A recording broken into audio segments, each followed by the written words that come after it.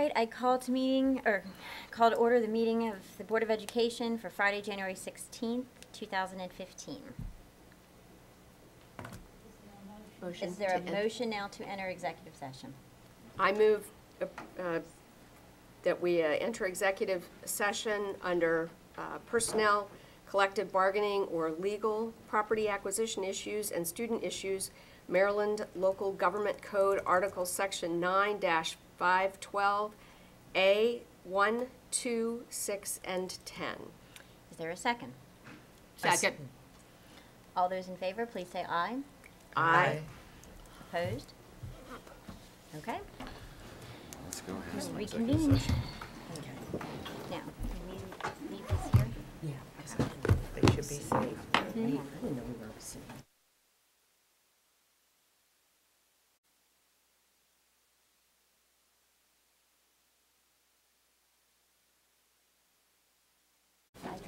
Our flag is hidden. Thank you, Mr. Burkhouse. Thank you very much.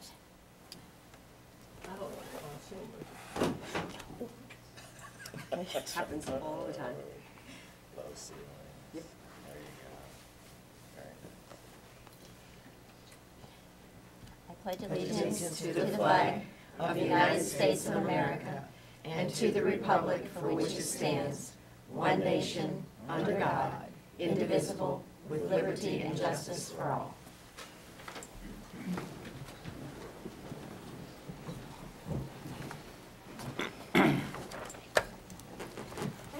Okay, the first item is I would like to seek a motion to approve the agenda for the Board of Education for Friday, January 16th, 2015.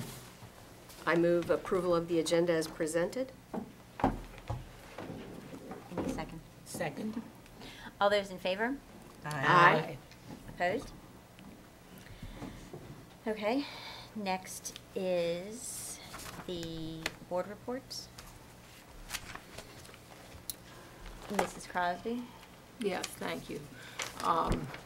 I went to the staff Christmas luncheon. I went through everything I've done. It's all Christmas, Christmas, Christmas, but it was wonderful. The food was good. The people were we were spread out all through this entire room. I met new people, and I was a little bit laid up with my cane, but the people here are so nice and helpful.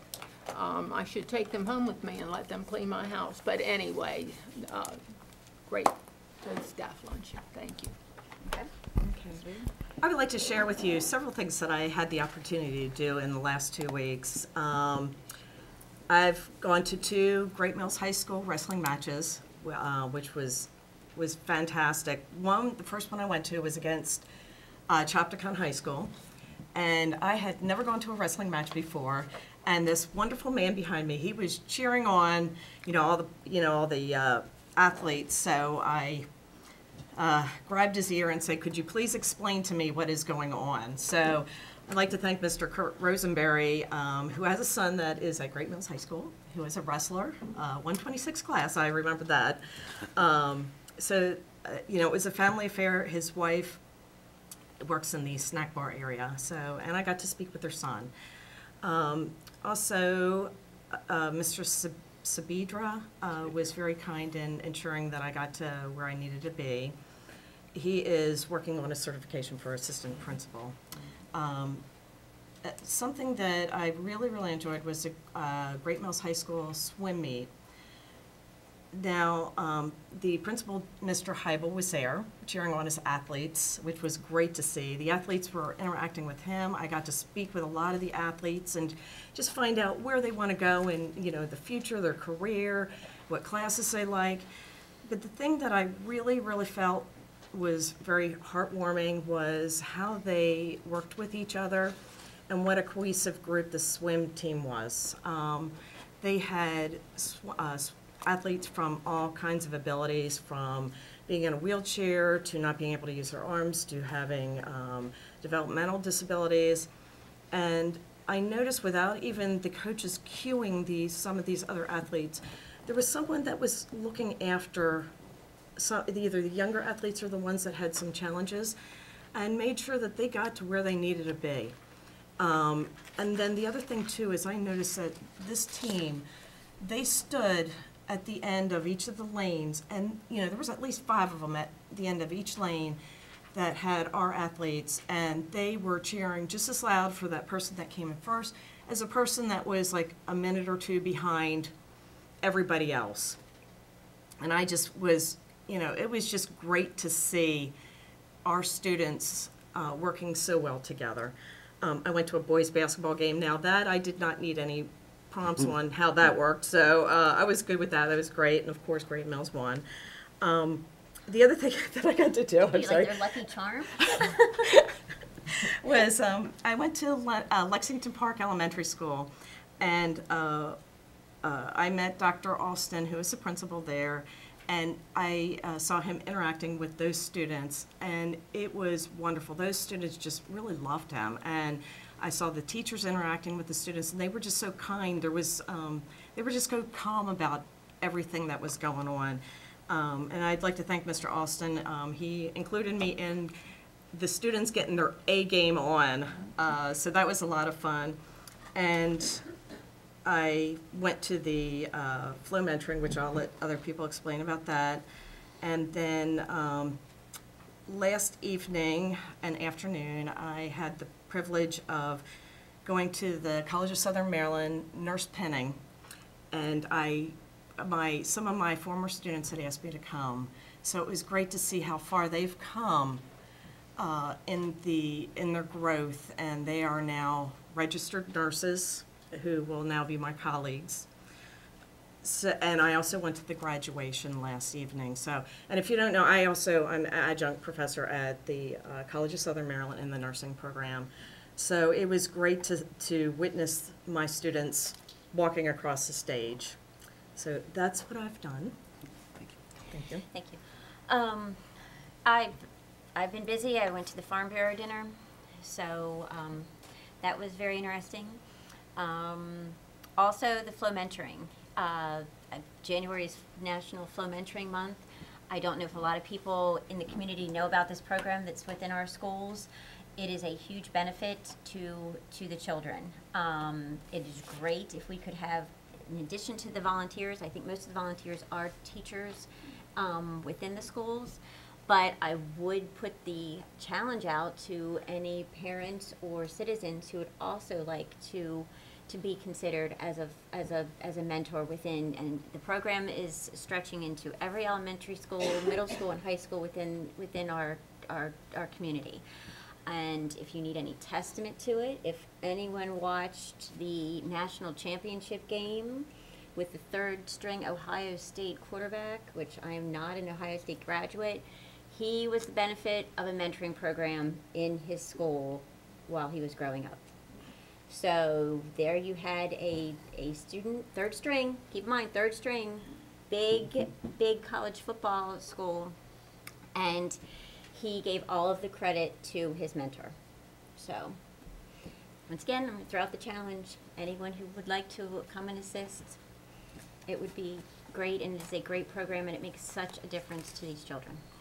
Thank you. Thank you. And I'll piggyback on what the chairperson said, because flow mentoring is very important to our students. And flow means Future Leaders of the World Mentoring Program. And it is for elementary, middle, and high school students, and they are carefully matched with qualified community leaders. And some of these students don't have an adult in their life to mentor to them, you know, with positive relationships. The adults and students meet one day per week for an hour to an hour and a half throughout the entire school year, and they want to volunteer to commit for 1 year.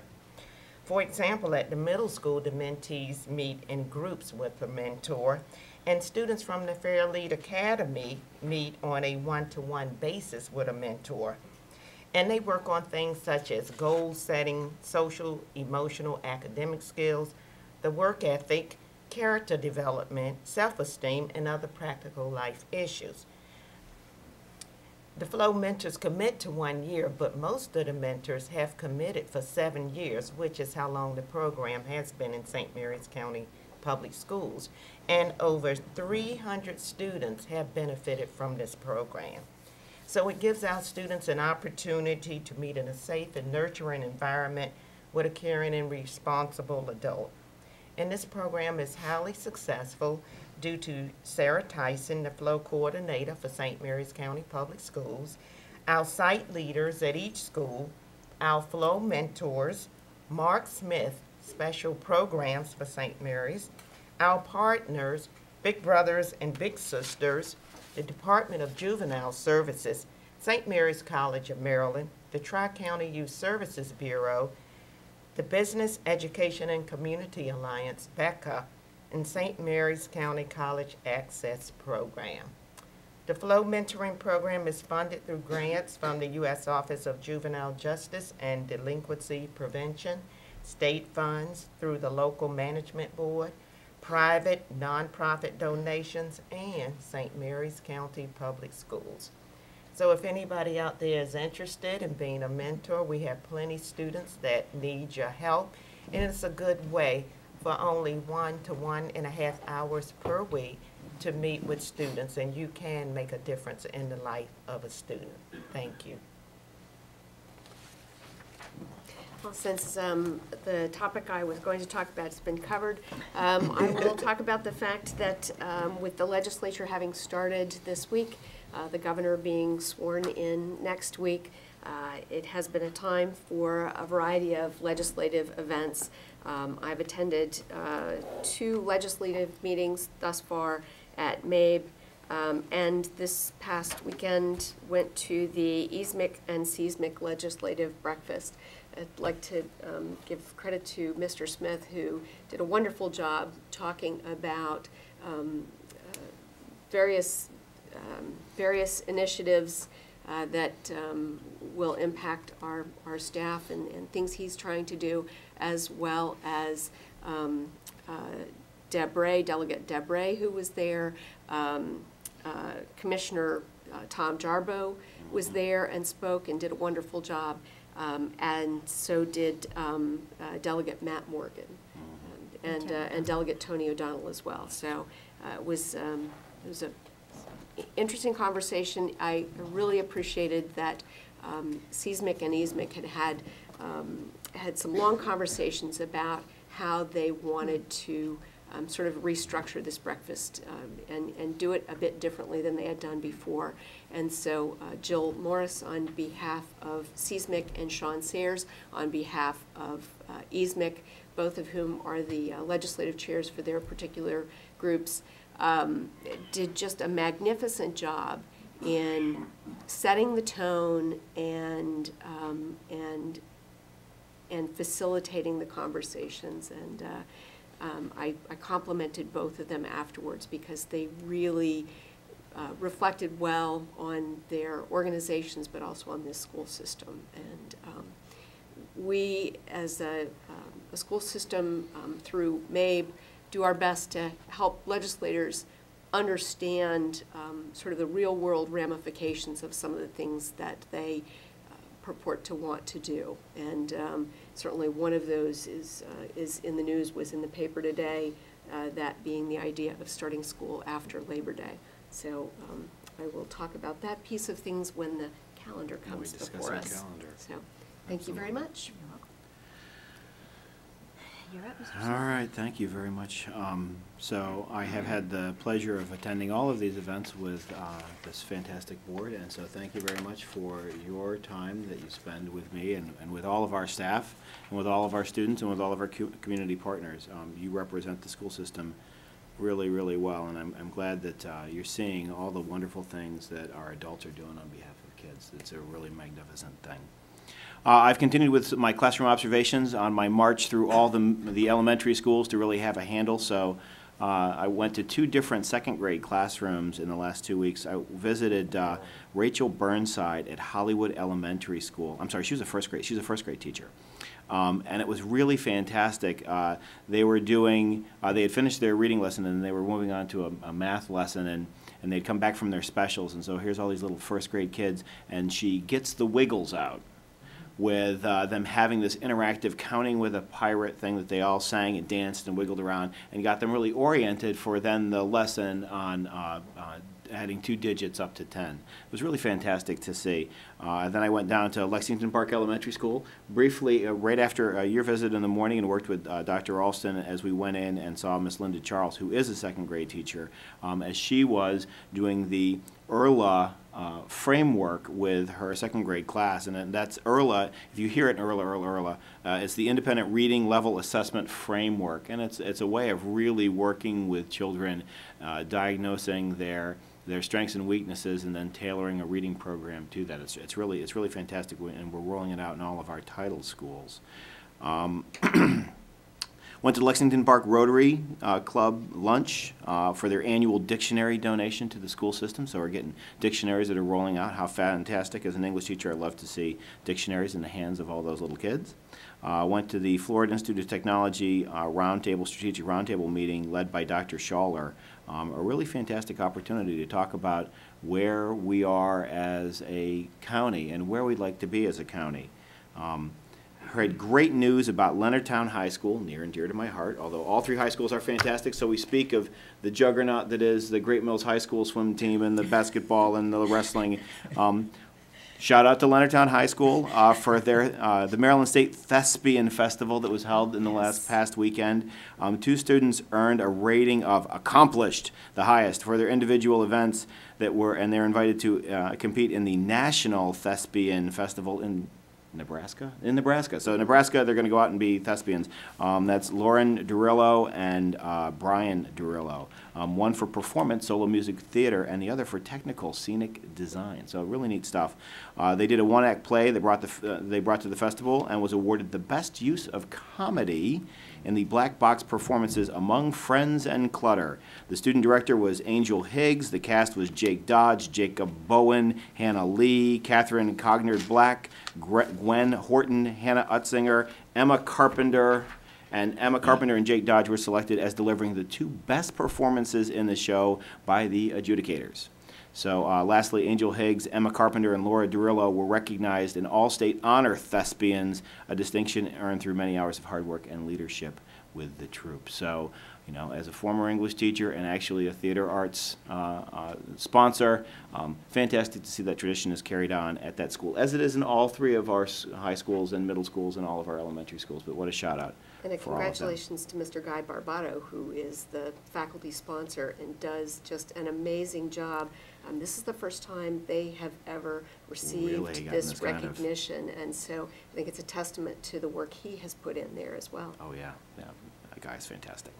So we have 2 December Work Hard and Be Nice recipients, Mike Allen and Ann Goodall, and you'll notice that we're kind of drawing down in the Work Hard and Be Nice, and we're putting together a different level of recognition for staff. We'll be talking about it next month. As we resurrect, as we move to perhaps something a little more technology-oriented. So I'm just going to tease that one out a little bit. Today, Friday, there's no school for students, but there's a lot of school for teachers. I'd like Dr. Jeff Marr to just step up and just take 5 minutes, time him, everybody. It's 9:28, to kind of give a quick summary of the professional development that's going on right now across our system, so that perhaps those viewing at home can see just how engaged our educators truly are and what kind of offerings they have for today. So with that, and I think that was a great lead up. That's great. Thank you. That was so nice. Timed it Dr. just Marr. perfectly. Thank you very much. I want to begin, before I introduce this, I want to give a special thanks to all of the staff who have coordinated, designed, developed the program for staff that is really tailored to the needs of a variety of different roles within the school system. So I thank all of the content supervisors who have done a tremendous job in working with teachers to develop these programs, coordinators, specialists, e-coaches, directors. There are some sessions that are being led by principals as well, and administrators across the system. So just really a lot of hard work to go into putting together such a program. And so this website here is actually linked on our school system website when you go to professional development. And I just wanted to show you a couple of the things that are going on. For example, if we went to the elementary sessions, you can see that there's several different blocks that they can attend. And within those, at any given time, right now they're in the middle of session 1 at the elementary level, and there are 27 different sessions going on currently, and a variety of things. For example, calendar math on the smartboard, cognitively guided instruction, getting the most out of word work, and so Mr. Smith talked about the language arts lessons that are going on. Learning software for English language learners. So there's a variety of activities that are going on. At the secondary level, where I just left Leonardtown High School before I arrived here this morning, and again, the same type of a little different design, different supervisors put together the template, but same type of variety of sessions, and the strands you can see across the top here that the sessions were broken into: knowing the learner, knowing the learning, and technology and innovation. And so was in a session this morning on how teachers can best use Performance Matters to look at their assessment scores. There are some great sessions in behavior management and working with students in that realm. There's some sessions on universal design for learning. There are just a variety. I encourage you to take a look at the sessions, and these are all being led by, again, our staff. There are some sessions that we have some specialists brought in, but for the most part, there are over 180 teachers who are delivering these sessions today. And so, again, as Mr. Smith said, the students have off, but the teachers are in the classroom learning today. There's a lot of really great professional development sessions that are going on across the system. I thank you, Dr. Marr, for giving that under the 5 minutes. Did I do allotted. okay with that? You did really well. I just thought it was very important to bring that forward to realize, so when we have these professional days and the community says, so what are they doing? We have all of our teachers actively engaged in fantastic professional development that they will bring directly back to the classroom. And as Dr. Marr has referenced, led by, the majority of the things that are going on are led by people within St. Mary's County, because we have that fantastic pool of skill. So thank you very much to the supervisors. Thank you very much, Dr. Marr, for wrangling that incredibly gifted, but sometimes, that group gets all here and there, and you just do a wonderful job of keeping them driving forward, and today is really quite a testament. So, and I want to encourage, Mr. Smith, if I may, too, just the board members and others, if you wanted to take a look at these sessions, you could also see that all of the resources for the session. So if a teacher missed a particular session, they could actually go in and get the PowerPoint or the handouts. So they may not be able to attend all 180 sessions, but they can certainly access the information from it as well. And no trees were killed. No trees were killed in the development of this program. web-based Google platform. So thank you very much. Thank you. The last is Martin Luther King Jr. Day holiday is on Monday, so schools and offices will be closed. And inclement weather, so far, for those of you keeping track at home, we've had a 2-hour late arrival. All right, that doesn't count against us, but we have officially used 1 of our 5 allocated snow days. And there are rumors out there that I'm from Massachusetts, New England, and other points north. I am indeed from Buffalo, and we do have a different perception of snow than perhaps people in more southern climes. That being said, of course, we will do as we have always done. We would never want to put people in harm's way, and so Mr. Clements and his fantastic group will be up at 4 o'clock in the morning and finding out what the roads look like. And I just would like to praise all of supporting services for clearing out all the buildings and having us be able to open on Thursday on time, because the kids had put together that, wow, hey, we have an early release, so if we have a late entry, they'll just call school. So I don't tweet a great deal, and I hadn't had any activity. No, I didn't really have any followers or anybody tweeting much, but suddenly I've become quite popular. I might have even been trending as they were telling me their opinions on things, and it's a very fascinating thing. It's just fascinating. So thank you very much, and so ends my report for the day. Okay. Thanks. All right, recognitions, we have none. Public hearing, none. Any public comment? Sandra's getting the list. We had her moving this morning. Okay, so I will read the public comment statement. Just so everyone's on the same page, the board welcomes public input on policies and issues affecting our schools. The board takes this time to listen and consider, but not to comment. This is not, however, the appropriate forum for negative comments or criticisms of individual staff or students. Concerns about individual staff members that cannot be resolved at the level closest to the situation should be directed to the superintendent. This board will not permit comments criticizing individual staff or students, since this is outside the scope of public comment. Additionally, the board sits as an appellate body in both student and employee appeals. The board cannot comment on or have prior knowledge of a case that would influence their ability to deliberate. To maintain the ability of the board to render a fair and unbiased decision, comments regarding individual student or personnel issues cannot be presented at public comment. Speakers must sign at the beginning of the meeting. Public comment is limited to 3 minutes per speaker, and speakers may not yield their time to someone else. The board encourages speakers to present written statements to the board secretary, who will distribute copies to all board members. Tom Crosby.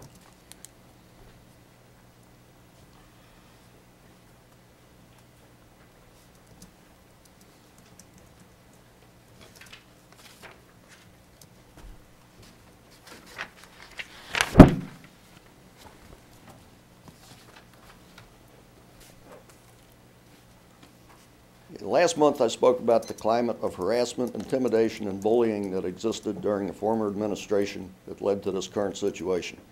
Recently, in the mail drop that the members receive at their homes, Maryland received copies of many of the harassing emails and letters that members have received in the past. I would like to thank whoever did this, because it saved me the effort of collecting these documents, which I will be providing to anyone who wants them. Today, I'd like to discuss the end game. The situation was never intended to get this far. The strategy was to harass Marilyn until she resigned. This did not work then. It will not work now. So cross that off your list of options. You now have 3 alternatives. You can pass a resolution to rescind the original resolution. If you're being advised that you cannot do that, you owe the public an explanation as to what policy, regulation, or statute prohibits that action. The next alternative is to pass a resolution telling the State Board that you will not support any further legal action connected with this matter and let it die. The last alternative is to let the case play out in the legal arena. Keep in mind that through no fault of your own, you're now faced with a case that cannot withstand any level of legal scrutiny. Also, if this goes forward, the statements made by certain individuals with the assumption that they would never see the light of day will have to be repeated under oath. The annotated code of Maryland states that a board member can be removed for immorality, misconduct in office, incompetence, or willful neglect of duty. Mr. Raspa's letter to the State Board recommends that Maryland be removed for immorality, misconduct, and insubordination. The "and" implies that Mr. Raspa, speaking for the board, contended that all of these conditions were met.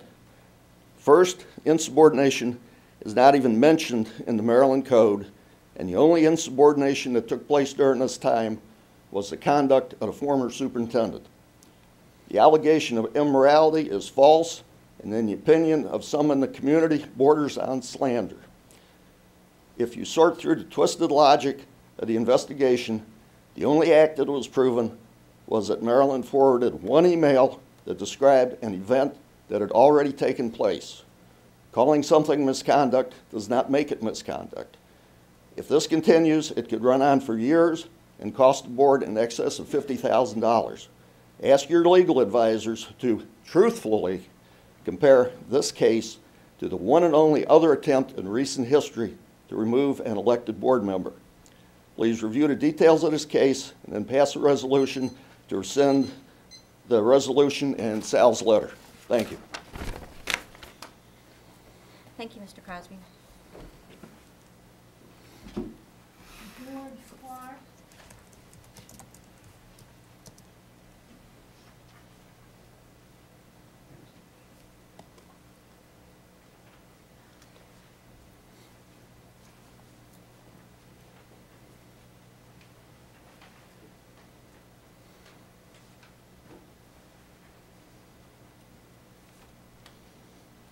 Good morning. My name is George Clark, and thank you for the opportunity of speaking with you today. You may be familiar with me. I sent a letter to each of you last week, and that long missive was mine, so I'll be much shorter today, obviously. The purpose of my being here today is to support Marilyn Crosby in clearing her name from what I've become to believe are unfounded, unjust, and plain vindictive allegations conceived and orchestrated by the previous chairman of this board. I didn't realize my comments would be so similar to Mr. Crosby's, but I'll proceed with them anyway. In the broadest perspective, one thing I believe is that without Marilyn Crosby's actions in this thing, we would not have the interim superintendent we have now. And I say that because despite all of his education, experience, and training, he would not have been permitted to even apply for this job under the previous chairman. He would have not. He only had one person in mind. That was that. So, despite the fact that Ms. Crosby's actions helped to open up the employment opportunities into some free and open examination, we don't seem to have the same thing going on for her. It kind of goes under the term of no good deed goes unpunished. So she's taken quite a strong rap on this thing, something I call rascal revenge. But Marilyn's not the only one affected by this. This board is being affected by it too, because by judicious timing, the previous chairman is gone, and he's left behind the mess for you all to have to clean up. So it's just worked out that way. But now you've heard probably all the facts and so on in this case, almost ad nauseum, and I'm not going to go into any of those. What the board has to do now is to decide what, if anything, to do about the board's resolution and also the letter to the Maryland Board of Education. And quoting from the old axiom that justice delayed is justice denied, failure of this board to operate on and come up with some action, it may be that it gets overtaken by events, and in other words, when you get done with this thing being heard by the Maryland Board of Education, State Board of Education, that the effect of that is to essentially say that you are in agreement with the comments and so on put out by the previous chairman in here. In other words, you think that his actions were satisfactory by inaction on your part. So, and I think judging from the campaign rhetoric and also the way that the voters reacted, I believe that some of the members of this board were put on here to kind of get rid of the old boy atmosphere that was being acted out by the previous chairman. So I think that that the board's actions are ones that if you want to get it out in the open, is that you need to go ahead and put this on the agenda at the soonest possible time, the next meeting. That everything be heard in open session, not closed session. Mr. Clark. And then at the end of that, you have an up or down vote. It's pretty clean. Thank you. Your 3 minutes is expired. Okay, well, thank you very much. I appreciate it. That's all? Mm-hmm. Okay. I'm sorry, there's one more. I apologize. Aaron Anholt. I'll give these to you because I'll forget.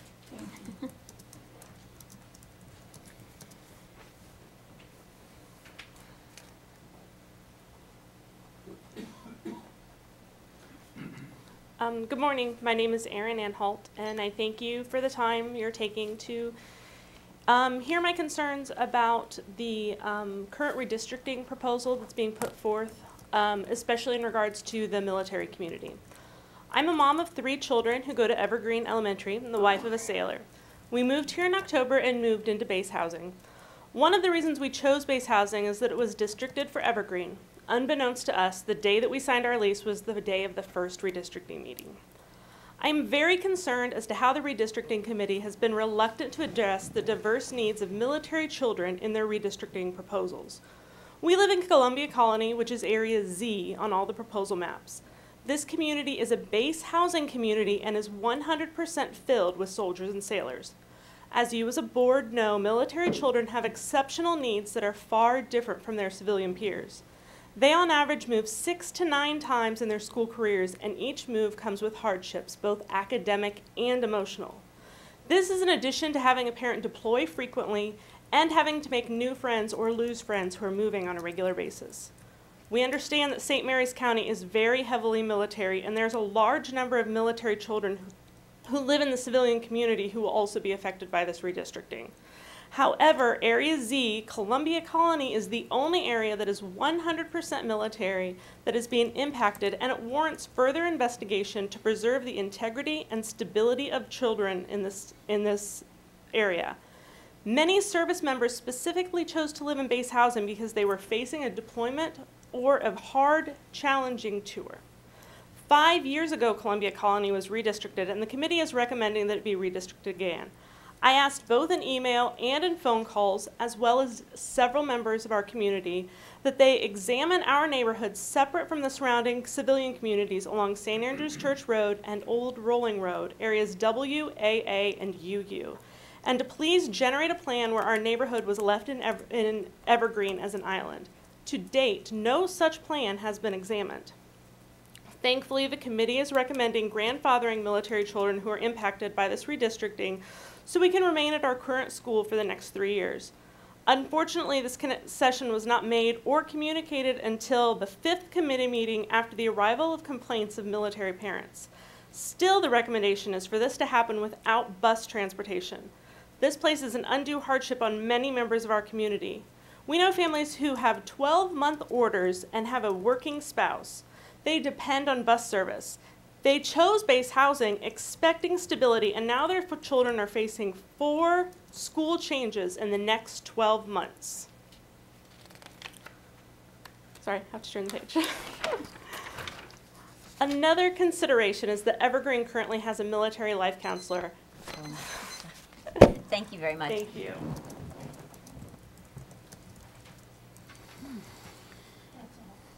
That's it? Okay. All right, next on the agenda is the consent agenda. I need to approve this, right? Mm-hmm. I'm seeking a motion to approve the consent agenda, which includes approval of the minutes of December 10th, 2014, 2 personnel items, teachers and then administrative and supervisory, audit firm approval, and the item from the Department of Fiscal Services. I move approval of the consent agenda as presented. Do I have a second? I second it. All those in favor, please say aye. Aye. Opposed? Okay, motion carries.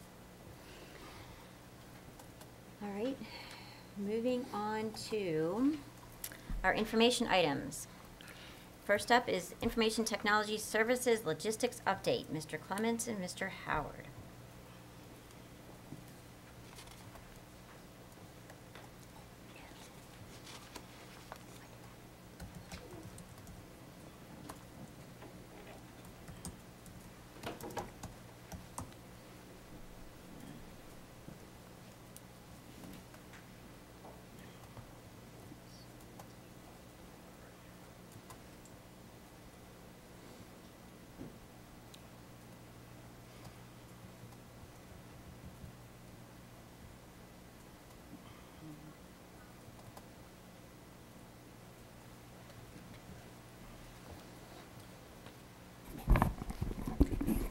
Good morning, board members.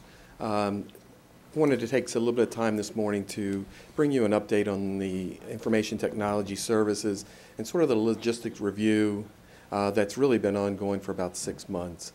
With the departure of our previous director of information technology, taking a promotion with another county, Mr. Smith and I had discussions and we talked about how things should go and different things. And so I wanted to bring you some information on that and where we're heading and where things are at. Mr. Howard was with me. He's been with us since August in the role of the Director of Information Technology. We're in the midst of preparing a report, a logistics review report that you'll see.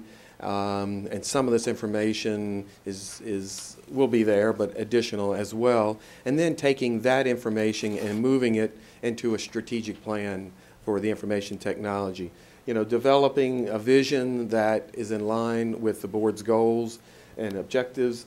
The information technology supports excellence in teaching and learning, and through that also within our management and business of the school system. Building the capacity within our teachers, our administrators, our support staff as well, in the technology arena, embracing it within their jobs, and providing the professional development, things of that nature, as Mr. Marr talked about this morning. Early on in this 6-month period I'm talking about in June, I met with all of the staff in the information technology and spent an afternoon with them talking about what's working. They're the people that's on the ground seeing how things go. And so I had the opportunity to work with them talking about what's working, what's not working.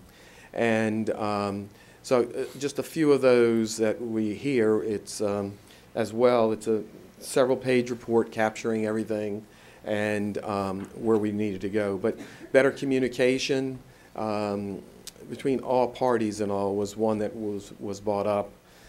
Regular meeting schedule where there's discussion between the staff at IT, but it's very rare that they meet face-to-face and talk, and so trying to implement that. And technology is terrific, and it's quick, and we're able to get answers, and the technicians are able to talk with another school to help solve a problem, but that time together and problem solving was important. A technology council, we talked about at that time because of trying to get all stakeholders represented in a discussion, maybe 8 or 10 people, where instruction, supporting services, finance, different ones. So anything we're going to do with hardware or software, talking through how an implementation plan would go, so that if there's any concerns, it can be brought up then and addressed in ahead of time. Improved communication with the schools, employee evaluations. They said rather than just checking a box, they truly wanted feedback if they were doing good or bad and how that would work. A full integrated help desk. We have a help desk that's working great, but to be able to make that fully integrated with a work order system and truly would help provide better services to our schools and all. The ability for spare parts, we do not stock many parts, and that would be something we try to look at so we can respond quicker on things and all. Disaster recovery plan for our infrastructure. This is one that the legislative audit also addressed, and the need there. We have our servers at Bethune, we have servers in our schools, but having a larger unit, the virtual server type thing, where we are able to back up and in a disaster we could recover quickly from that. And establish regional support staff and models and all. Mr. Smith had worked with information technology for a number of years, and so when this came back, some of it wasn't a surprise. He understood that, and so we were able to, take the next step. And looking for a new director, technical skills was important, but as you can see, the human relations skills and all was just as important to make that communication with the technology staff, but also with the schools and everyone. So this is just a few things, but these are things that we saw immediately needed to start to being addressed to make a difference with less staff. The next part of that was the possibility, and then as you talked with the last in December, the possibility of moving the information technology and supporting services. And that, again, brings in a great opportunity for financial resources, but also human resources. Just as now we're working to open the first phase of Spring Ridge Middle School, where we can really easily match up our carpenter shop and with information technology for hanging smart boards and doing the things so that our schools are getting the services seamlessly. So that has taken place. So Mr. Howard has been with us since August. He is early on Mr. Smith, reporting with him, and continued talk, because as Mr. Smith took the role he has now, this other plan seemed to fall into place very well. So I want to turn it over to Dave, who has spent, one of the directions that was given is visit the schools. So Dave has spent time in the schools, spent time in the information technology with our servers. He has spent time with Mr. Bob Kelly with the county, because we are very much linked with them, of our fiber optics and everything. So with that, Mr. Howard, if you want to walk through the rest. Thank you, Mr. Clements. Good morning. Good morning. I have taken the time to visit all the locations, and I tell you, that is very exciting to see the technology in use in the schools. The teachers love that, just watching the students interact with the smart boards as part of their daily routine. It just brought to light that having spare parts, having the ability to keep that technology in use, when I know from my past experience, when you depend on something in the classroom, you want it to work. So it's vital for that. The department I have had inherited here, they're very skilled. They know their work. I wish we had more of them, of course. It would make life a lot easier. We have 30 schools and administrative buildings to support. It's challenging with the numbers. We have right now 12 technicians assigned to support the schools. We have needs to establish the 3 regional areas, as Mr. Clements alluded to. What we're planning on doing is actually moving vehicles into each of those regions. You know, with the budget constraints we have, mileage reimbursement wasn't really an option for their personal one as well as we'd like to. So if there's an emergency at a middle school, we could actually dispatch somebody instead of waiting for the next scheduled visit. The computer equipment, unfortunately, needs to be updated. We have quite a few machines that are at least 7 years or older in use every day. And as part of that, you know, the hardware starts failing. The updates that are being pushed from like Microsoft to keep them in compliance slows the machines down. When I first came on board, I had 8 principals basically saying that their PA systems were not functional. So we had to be very creative to address them in a timely fashion. The PA systems are very important for the operation of the schools with safety, and knock on wood right now, they are all working really well.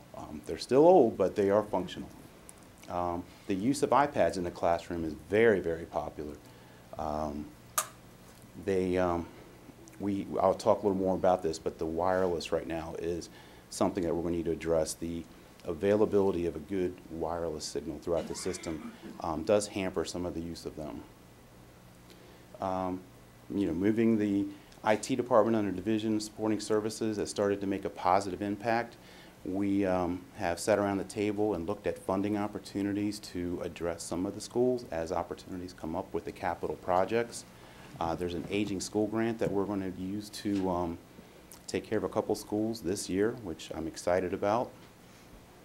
We have been doing monthly department meetings with the group, and the technicians love to get together and brainstorm, information sharing, and they're good. They're a good group.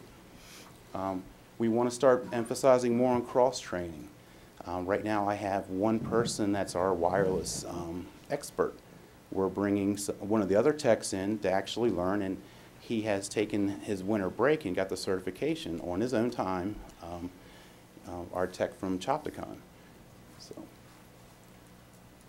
Administrative and help desk services, this is the areas that we support. Right now we have 2 people, well, actually we have 1 help desk tech, and my secretary backs up the help desk manager. Their phones are very busy, but they do a really good job. The smart boards and Promethean boards, almost every classroom that is used for instruction has a smart or Promethean board, which is a great tool to have. We support audiovisual, PA systems, cable television systems. I left off the copiers we support, the printers, telephone and voice over internet protocol. We have a mixed bag. We're about half-half.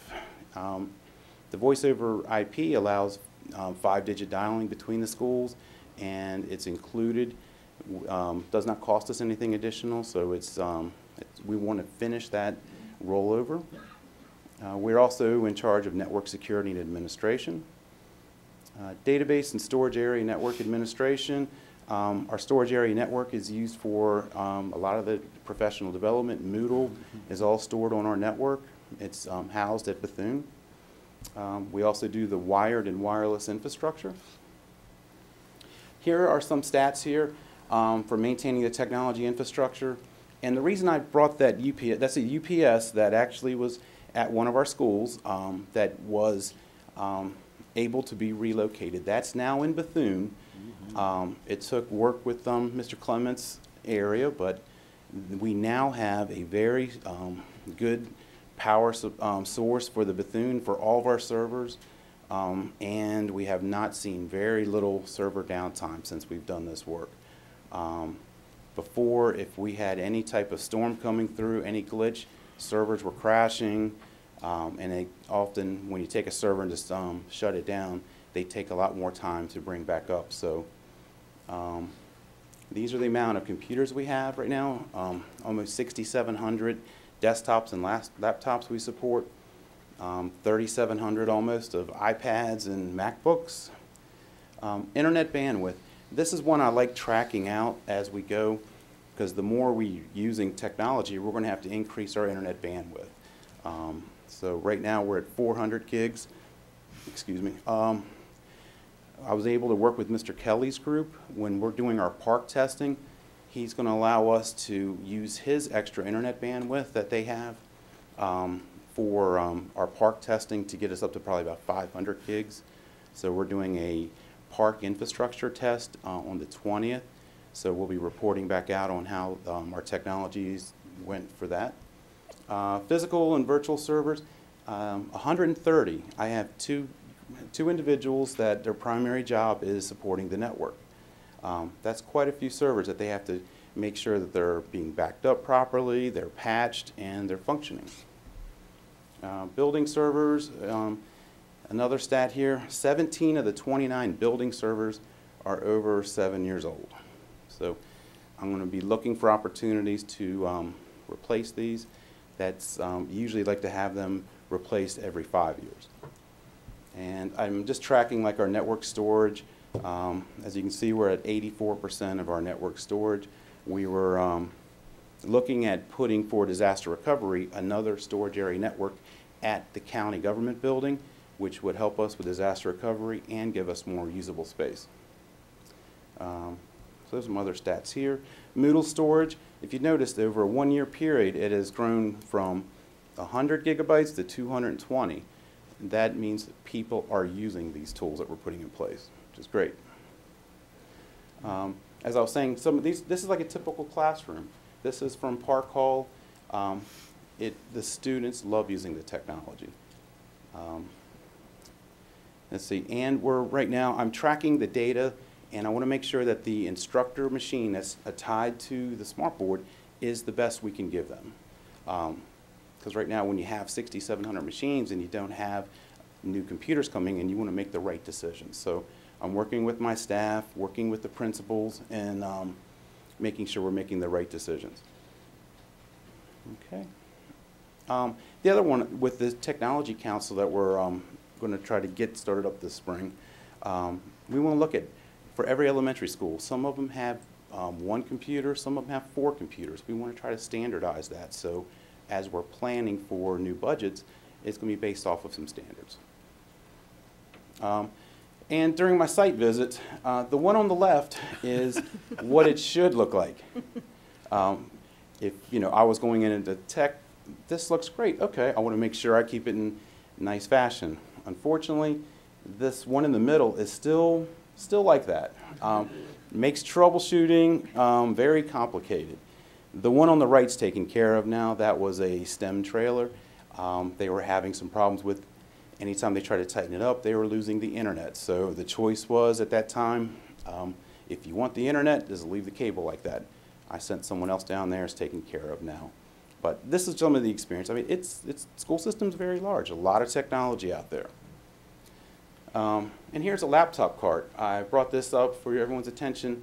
Laptops are being used all the time, and right, we were doing lease payments. That stopped this fiscal year. Well, correct.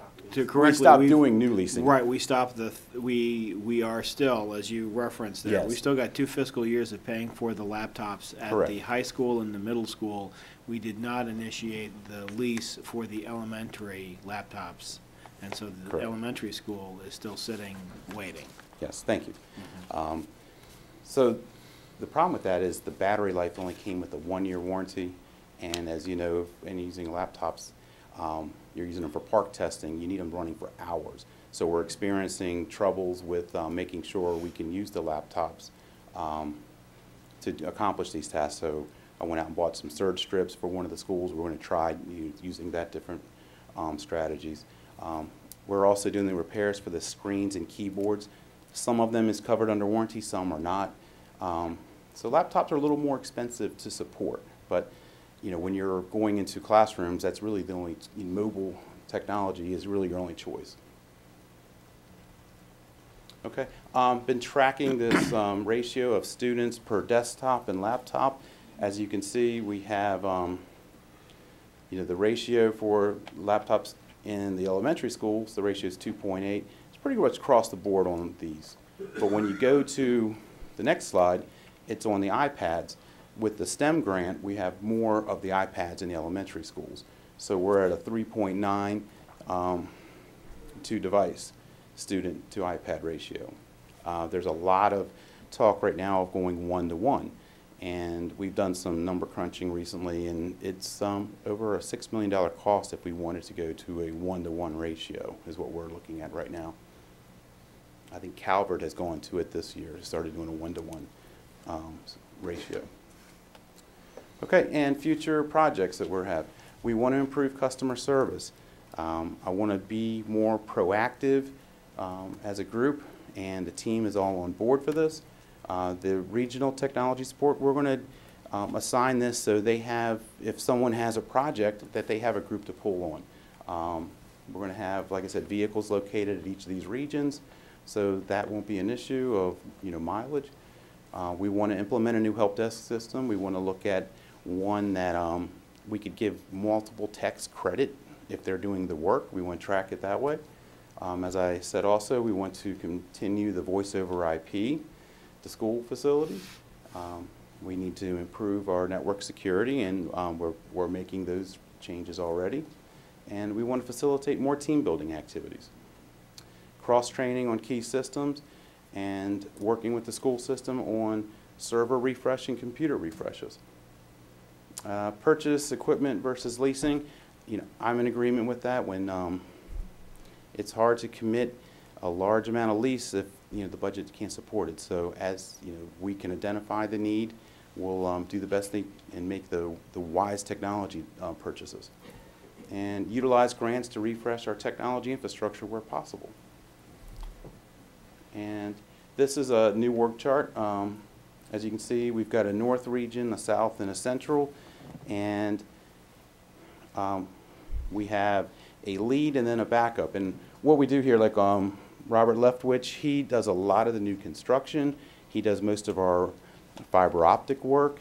And then he would have a, Robert Leftwich he's the wireless.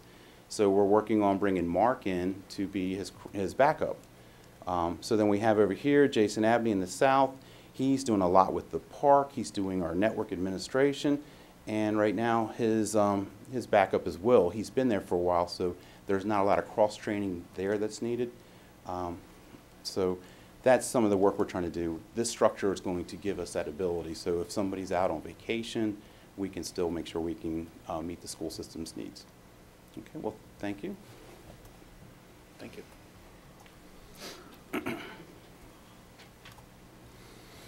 So I thank the board for the time for providing sort of a quick overview of what's really taken place in the IT area in the last 6 months. Is there any questions? We're happy to take those. Mrs. Crosby, I'll start with you. No, thank you. Mrs. Weaver? No, I don't have any questions, thank you. I'm going to skip me because I do have questions, but Okay. my board docs crashed, so I'm going to go to Oh, Mrs. did it? Washington. Oh, they did? I can bring the slide back up if you need No, to. no, I have questions written down. Okay. You're Okay. good. Okay, I want to thank you for presenting this plan, and part of our job is to review, assess, and find areas of challenges, improvements, and a plan of action. And I think that establishing the 3 regional areas is a good thing. It saves, it's more efficient with human resources and financial resources. Did you say Calvert has 1-to-1 ratio this year? They started that this year. What I would like to know, we know where we are, but how do we get there, and what is your plan for getting us there? So, you know. Yeah, exactly. That's what I want to work with Tammy, Dr. Marr, Regina Greeley, and Brad, and looking at opportunities, and hopefully there'll be maybe some state funding to help with that. There will be an impact on staffing. And I think Ms. Washington, from this, trying to then truly understand and then develop a strategic plan of how we're going to get where we need to be. Okay. Can I piggyback on you? Sure. I had the same question, and Okay. I guess just like some type of 5-year plan. At the legislative breakfast on Saturday, Mr. Jarvo brought it up, you know, that's what he would like to see, you know, some Right. type of plan to determine where we need to be and then what our process is to get there. Okay. So I think, I didn't see that on one of the action items of the, you know, what came out of the initial meeting, but, you know, I think it's probably a big priority, especially based on where we're going, you know, I mean. And a key thing, I think, to that is with technology in our area, Mrs. Howe is doing 5-year plans all the time. We do our master plan, we do our CIP, local and state. And so bringing Dave and technology into that concept of how that goes. So that is definitely the next step. We need to know where we're going, but how we're going to get there. Right. Would you give us some additional information on the leasing versus the purchase? Before we did the leasing and we were told advantages of doing the leasing, what are the advantages or disadvantages of both? When you're doing purchasing, we were able to purchase some laptops towards the end of the calendar year. Our price point was under $550 a device for a laptop that has the largest battery for the run life. When you're looking at leasing, I think the base price that when we were leasing was almost twice that. And then you're stretching it over multiple years. If you do choose to do leasing, it's going to be a commitment you have to do year after year. Because once you stop it in the middle and understand all the budget problems that were last year, you had to make decisions as you did. But the elementary schools did not receive a lot of the laptops, so they're stuck with their older equipment while we're still paying for equipment that was leased previously. So if you get a lease, you want to make sure that, you know, the warranty is going to be such that, you know, you don't have to keep replacing all the parts if it's included. We had problems with screens being damaged because, you know, they're little kids and, you know, they have a pencil still on, they close the top, latches were breaking. I came from a background with the purchasing, and some of the strategies that the college was using, we would usually do our purchasing towards the end of the fiscal year once the budget was identified during tight years. You know, we can look at both of them, pros and cons, but right now we're trying to get equipment that'll do the job at the best price possible. I just want to understand for clarity, Yeah. purchase versus leasing. Well, Okay, so- you can get more equipment in faster if we wanted to do like a 1-on-1 ratio quicker, and we see the benefit because we could buy less textbooks, be consistent with our delivery, that you would see an immediate impact by going leasing. You just got to make sure that that budget is put into the core budget for previous years to continue that. Thank you. Mhm. And Mrs. Washington, if I may, the other side of it is also looking, I mean, you still could lease some, I guess, but looking at other avenues, grants and things that way. You know, like the Captain Walter Francis Duke, when we were in the midst of the design and all, talked about leasing for that. Well, we have the opportunity with capital money to buy all of those. So let's buy them and own them in that, because then we're not taking and putting a cost to future budgets. than that. The same will be with Spring Ridge. We have capital money, so we will do all the computers there. And in fact, in doing both of those, that'll free up some other ones to go to some of our schools. I mean, original, just to go back in time, the original intention with leasing was that we were going to add to the budget $700,000 each year as we added a lease. So we'd do a 4-year lease for middle schools, and it'd be $700,000 a year. And then we do a $700,000 lease for high schools, and then we do a $700,000 lease for elementary school. So at the end of it, you're going to add $2 million to your recurring budget, and you're going to pay that forever and forever and forever. And the 4th year, you're kind of concluding a lease and cycling out.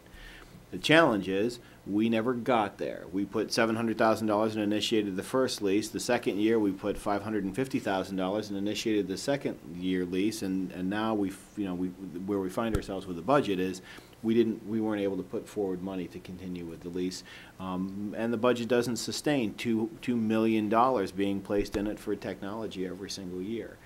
Those are one of the things that, when we talk about long-term vision 2020, where do we want to see ourselves in 5 years?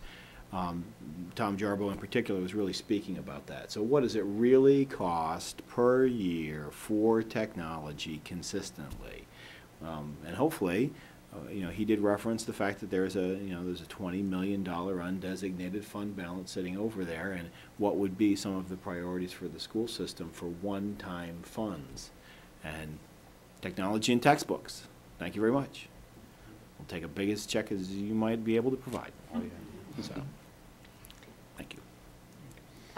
One of I think the two things that we looked at when we looked at leasing was that fact that we would be able to turn over and get newer machines much more frequently than we're able to do when we purchase them, and that we would be reprogramming money from textbooks into technology over time. And so we were trying to look at a cost savings and keeping up with technology. So that's what made this an attractive opportunity for us.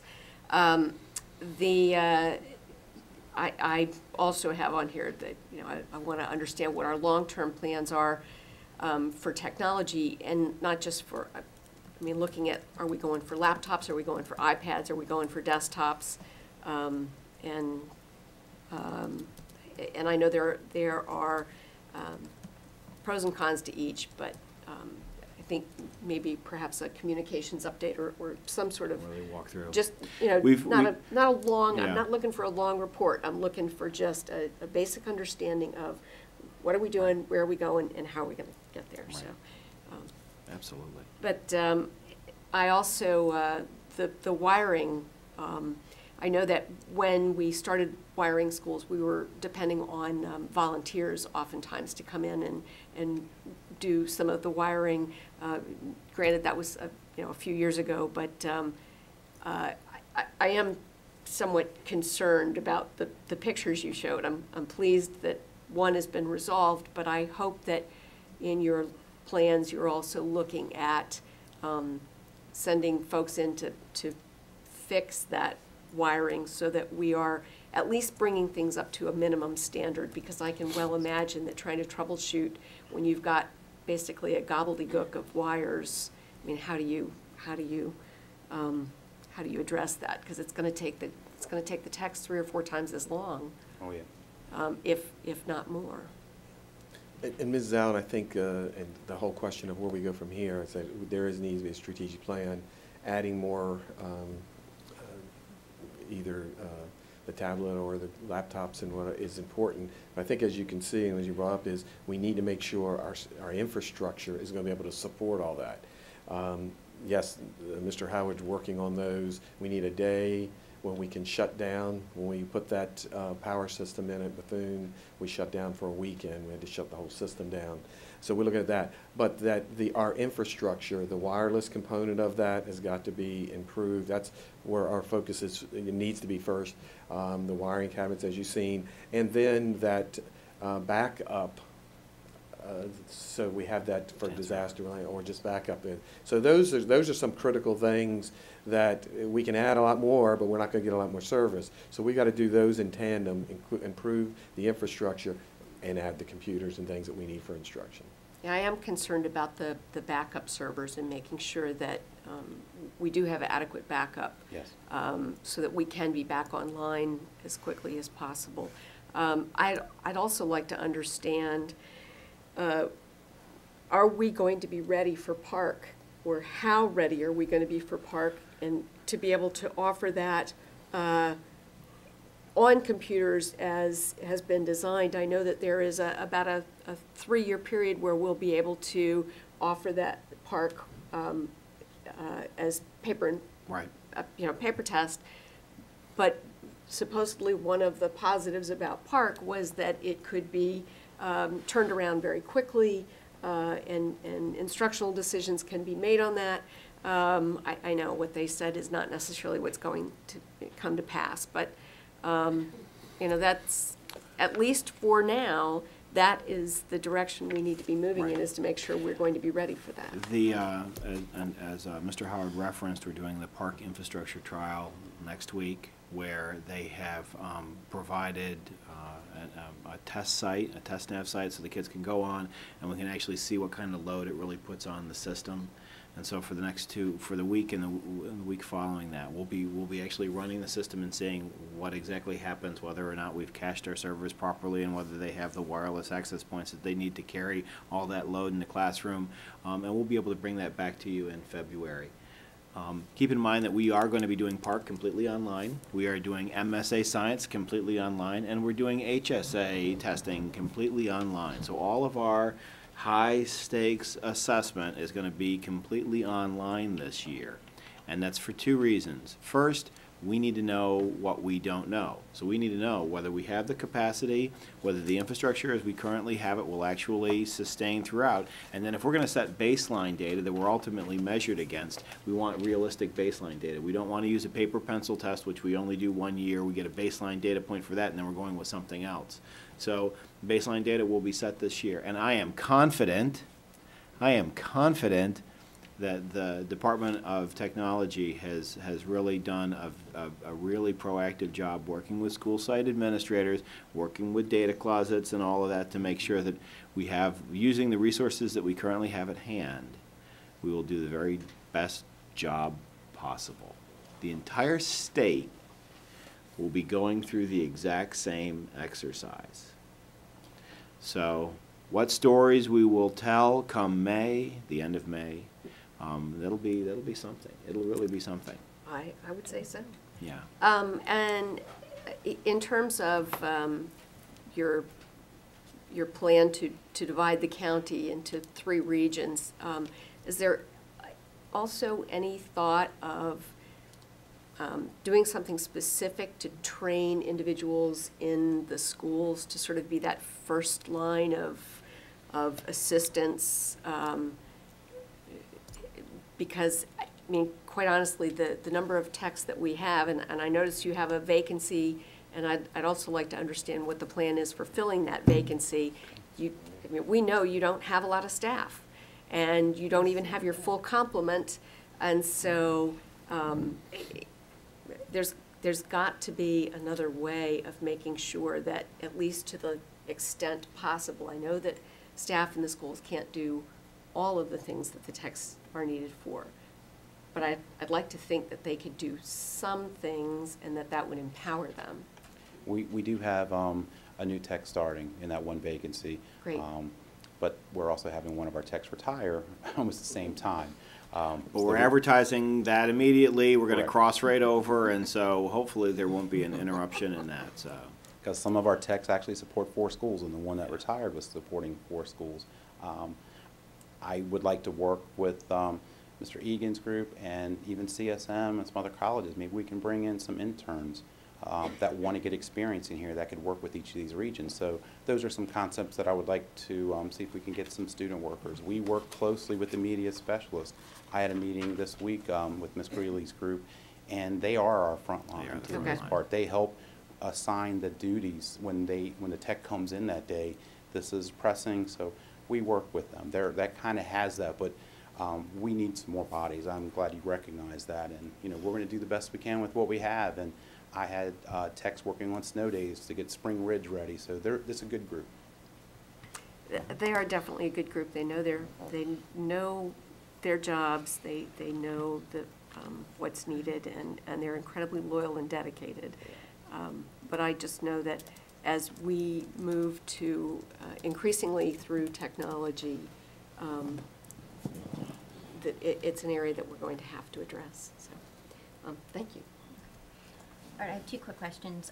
You mentioned in the presentation that that almost all the classrooms had Promethean or smart boards. Yes. Are we at 100% or not quite yet? Some of the smaller rooms aren't necessarily used for instruction, they're used for like intervention, so those rooms, they're considered a classroom. They may not have a real need for smart boards, but as I go through this, and if, we're working with schools, we're installing smart boards. I think we've probably moved or installed probably 30 since I've been here through the school system. Okay. I couldn't say 100%, but working with the school administrators. That's fine, but then and I'm thinking primarily in the elementary schools, because I know like during music class, it's a big plus to have a smart board. Does that include the specialist classrooms, or when you say classroom, you're just talking The one school, I think Carver was one that the music teacher didn't want to have the smart board in there. Okay. So that was kind of I think it's based off teacher needs and some of those specialty rooms, what they need, but we're working, and we know that's a priority. Okay. So.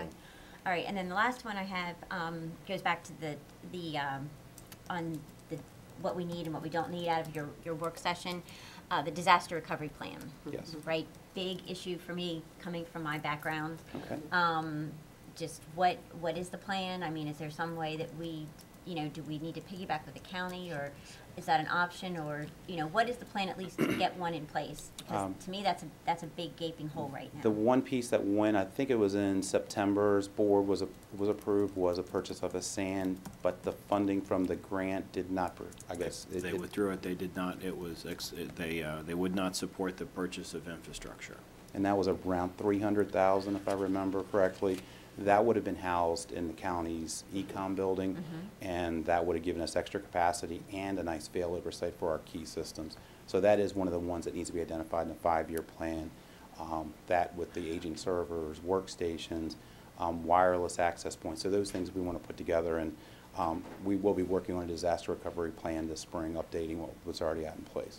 Okay. And on that piece, sooner rather than later. Right. That needs to be on the first year Right, that's end of like- things that's versus on- the 5-year. Right, that's on like the ASAP list. Yeah, that's and that's within this fiscal year. If we find it at the end of it, when we whittle it all down, we could do it for $225,000. Yeah. So one of the things that we will be going through, we are in an exceptionally tight budget, but if we do have any funds available, we've taken a look at some priority needs with textbooks. We've taken a look at some priority needs in other venues, and certainly with technology, it is that $225,000 for the sand server that we've been putting in the EOC Center. And it would be interesting to have the conversation with Bob Kelly to determine just how extensive their backup They server are triply is. redundant. They already have. They have that plus one more. Okay, The county government is well taken care of. They're in good shape. got it. Okay. Okay, anyone have anything else? No. Okay. Thank you very much. Thanks. Mr. Clements, you just get to stay there. You stay right there. Don't move. Just reset here for a moment. No problem. And as This- we're resetting, Mr. Jeff Dorenzo, if you want to come up front. I'm not sure if we have any other members of the committee with us or not. So this morning, I wanted to provide the board sort of a quick overview of, let's see,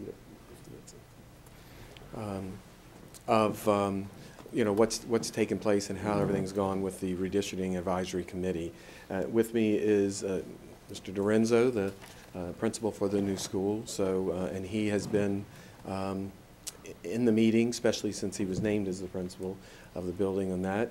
Mrs. Howell is the director of capital planning, and her office does all the enrollment projections, the 5-year master planning for buildings and things. And then Tracy Lumpkins is the person who has put these maps and things together and really has come up with a process this year, technology-wise, that has made it really simple for the committee to look at a lot of different ways, and I'll show you that in 1 minute.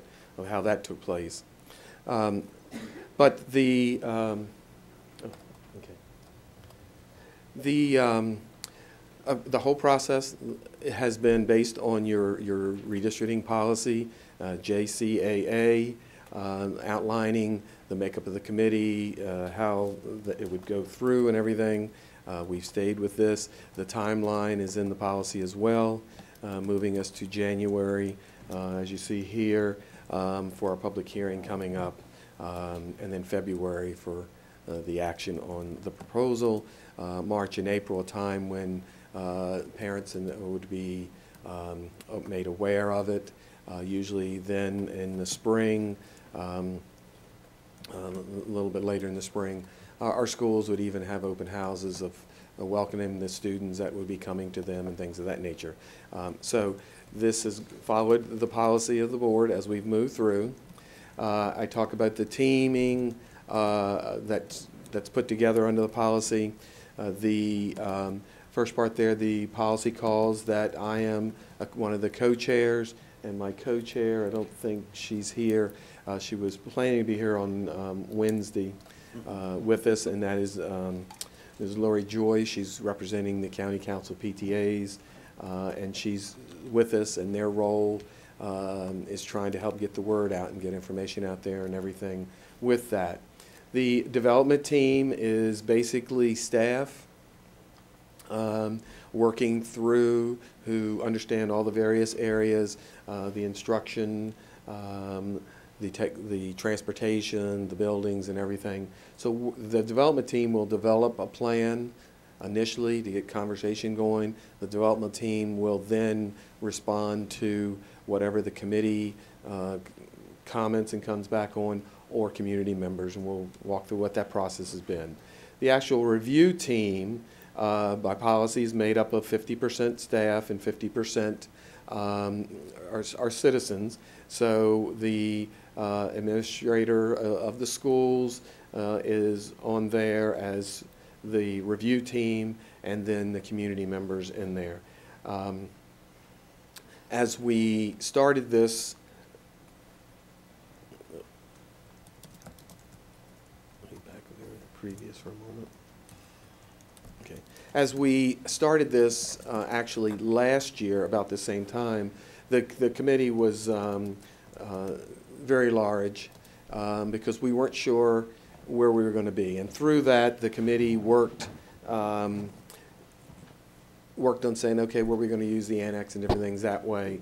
And some of the underlying schools, such as Piney Point and Greenview Knolls, are saying our capacity needs are so great, we're not going to be able to support anything there. So those were still part of the committee. They got the responses and of when the meetings were going to be, but really didn't need to participate. In your book, the documents you have, you'll see here what the need is. Of course, the need of opening Captain Walter Francis Duke to provide additional capacity, and then the need we had there showing next year where Evergreen Elementary School is going to be 171 seats short, Hollywood 140, Leonardtown Elementary 245, Town Creek, and then White Marsh. So those where we had our largest over enrollment, and how we were going to address that capacity at Captain Walter Francis Duke with that. As I talked, the committee was working last February and sort of sorting through some of that where it was, and were we going to use the annex up at Loveville. In the meantime, that was ruled out because of the cost of transportation. So we ruled it out, but there were some preliminary discussions, which then led Mrs. Howes and transportation to do some work over the summer, and then starting in September, the team started their work again and on this process. The typical meeting agenda was going that me and my co-chair would greet, introduce, and we did that at every meeting because if we had community members there, we wanted to understand who was in the meeting and everything. We review the demographic information from the previous meeting. Anything requested would go through there. Review work on the redistricting plans and you'll see how all this played out in just a moment. And then the committee would pretty much do their work, and the community was welcome to be there, as we were with the naming committee and things of that nature. And then there was a time where the community could provide their input to the committee for the next meeting as well. Discuss the current plan would be the next step in that, and then the community comment. And then, up here was reviewing any input we got by email, letters, discuss those, then the community could talk. And then we'd have one last discussion of what we needed for the next meeting and go forth and would provide that. So that was the structure of the meeting.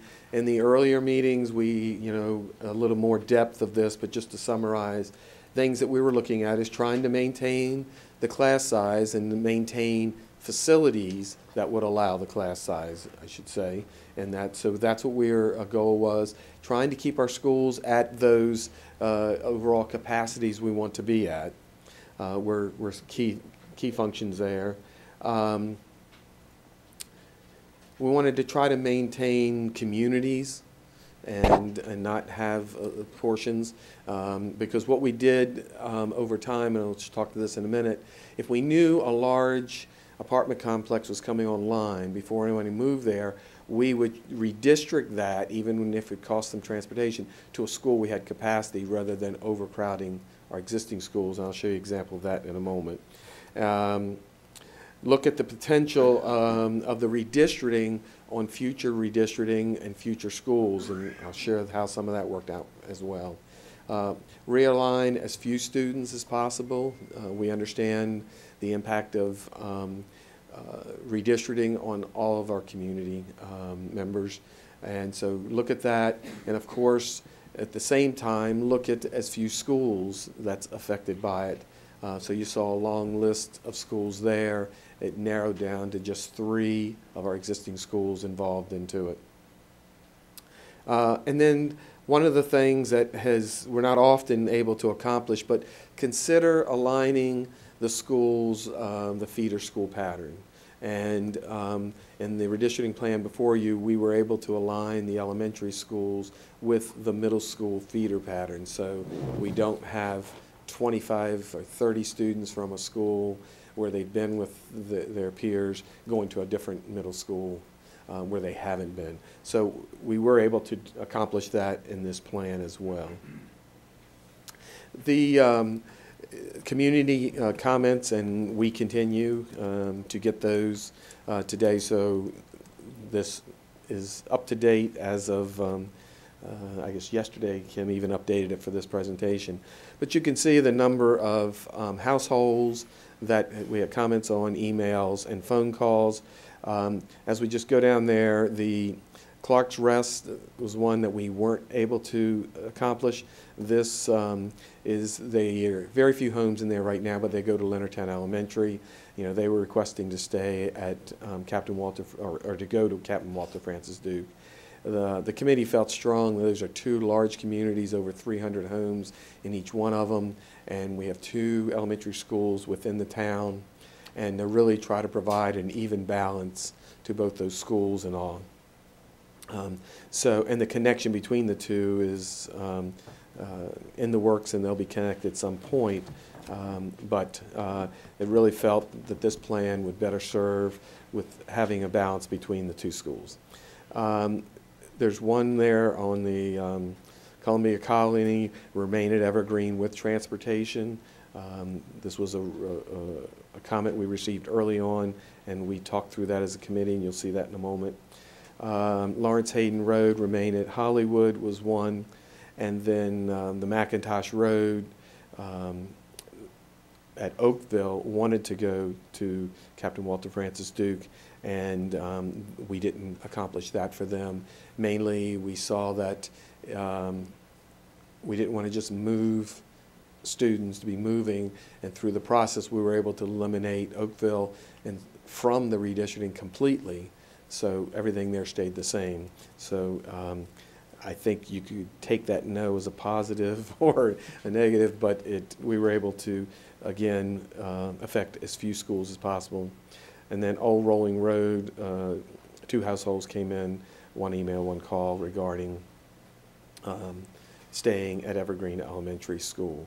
So those are the the comments we've received. We have received, which I don't want to say is unusual, we have received one or two positive. They've reviewed everything that's been online, because we've been able since the very first meeting to put everything the committee's doing out there. Mrs. Howe, Ms. Lumpkins has summarized the notes and put them out there as well. And then you received comment this morning as well. So the very first meeting, we went through a very similar thing of what I just did, trying to bring everyone up to where things were at, reviewing the policy goals, objectives, the demographic data, our enrollment projections, and as we talked just a minute ago of strategic planning and long-term planning, it's very critical in the building and the construction of, and the enrollment projections. We're doing 10-year enrollment projections so we understand where things are moving.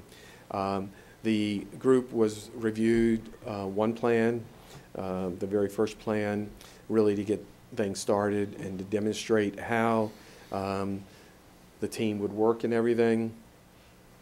What Mrs. Lumpkins did under Mrs. Howe is you see on these plans, these letters, that they broke the whole area down into smaller areas, communities and all, and we're able to understand how many students lived in each one of them.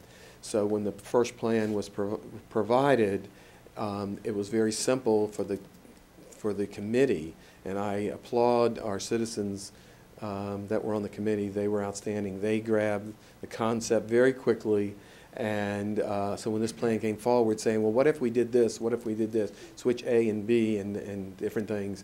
So even though you see basically 11 plans, because one has an A and a B, many options were discussed with the committee, working through concepts and discussions of that nature.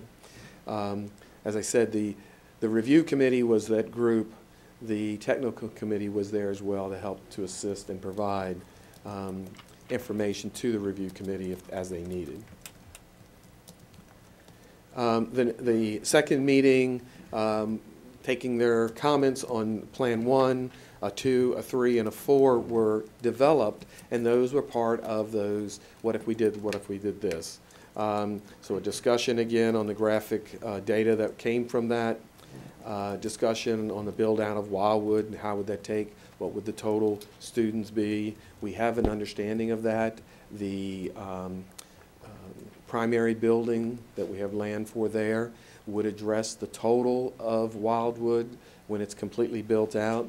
But we know that's a little ways down the road, and we need to address with our next elementary more of the Lexington Park in the southern area, so we'll see that.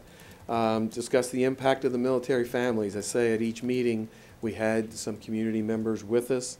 Mrs. Dawn Simpson is not a part of the committee because we were balancing them and all, but she attended, I think, pretty much every meeting and provided impact and speaking on the behalf of the military families.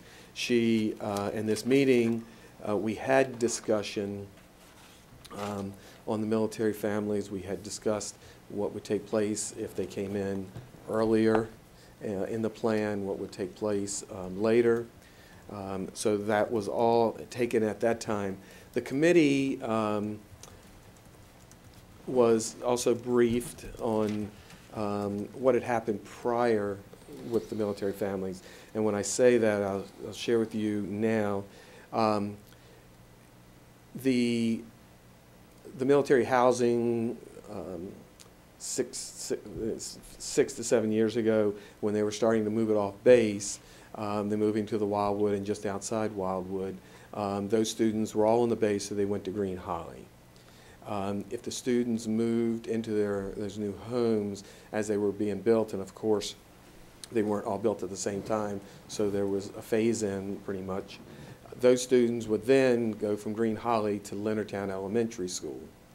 So the school system, the board, chose at that time that everybody living in those communities, we would actually bus them back to Green Holly so they could stay in their school as that phase-in was taking place. And we did that for almost 2 years, busing the students back to Green Holly to keep things as normal as possible, with the understanding that at the same time Evergreen was being built, and that's where they would eventually go at that time. So it was an action on the board's part to try to accommodate and meet that without having them go possibly to Leonardtown and then being redistricted. So we understood that. We understood that impact, and the committee did not ignore the military or Mrs. Simpson. She was there, and she heard saying, we'll look, whatever plan we come up that's best for all of our community, all of our students, all of our schools. We want to keep in mind our military, but then we'll look at ways that we can help accommodate as best we can, and keeping fair and equitable to the whole community. So that discussion happened early on the very second committee meeting. We discussed the plans, the stability of the plans regarding the third new elementary school. I'll cover that in the map in 1 minute. And then again, any comments from our community came, which was help feedback to the next level. One of the things that when we talked about how that third school played in is this is Indian Bridge Road coming down here, and this area, Indian Bridge Road, all of this is Evergreen now. And this location right here at the end of Indian Bridge Road is where we have our site for our next elementary school. So this area was Leonardtown. It was moved. It's a prime area to feed the new school and pull off of Evergreen. What we see, this redistricting will support. You saw where Leonardtown actually has the highest enrollment for next year projected. We're going to be able to address that overage. If we Evergreen is going to be a 3-phase to be able to maintain that one. First is what we're doing this year, moving with this plan, moving out about 150 to 160 students. We're going to drop them back basically right to their capacity. When we open and so then that will give Evergreen an opportunity to grow. We have relocatables there. Everything is, a structure there that can support it. It's doing it today. That allow them to grow. When they're about that same number based on our projections, we will be opening the new school. And so we look to say, well then, if we relocate these to Leonardtown or something, these students and into this area, then they're a given that they need to go to bring that second relief to Evergreen. And if we took these now and left more in the area here and didn't shift it, then it would be harder to give relief to Evergreen in the future because we'd have to jump over or shift a lot more people. So a lot of discussion went into how this would move. So basically, we're shifting the Evergreen overload first now this way, and then the next time it'll shift and sort of down this way to do that. So in 5 years, we'll be able to go into the redistricting plan, bring Evergreen as a projected A basically back down to their capacity with the primary building in line in the CIP to go there next. Then that could be built and handle all of the Wildwood area. So those are some conversations and thoughts that went through at those earlier meetings on things.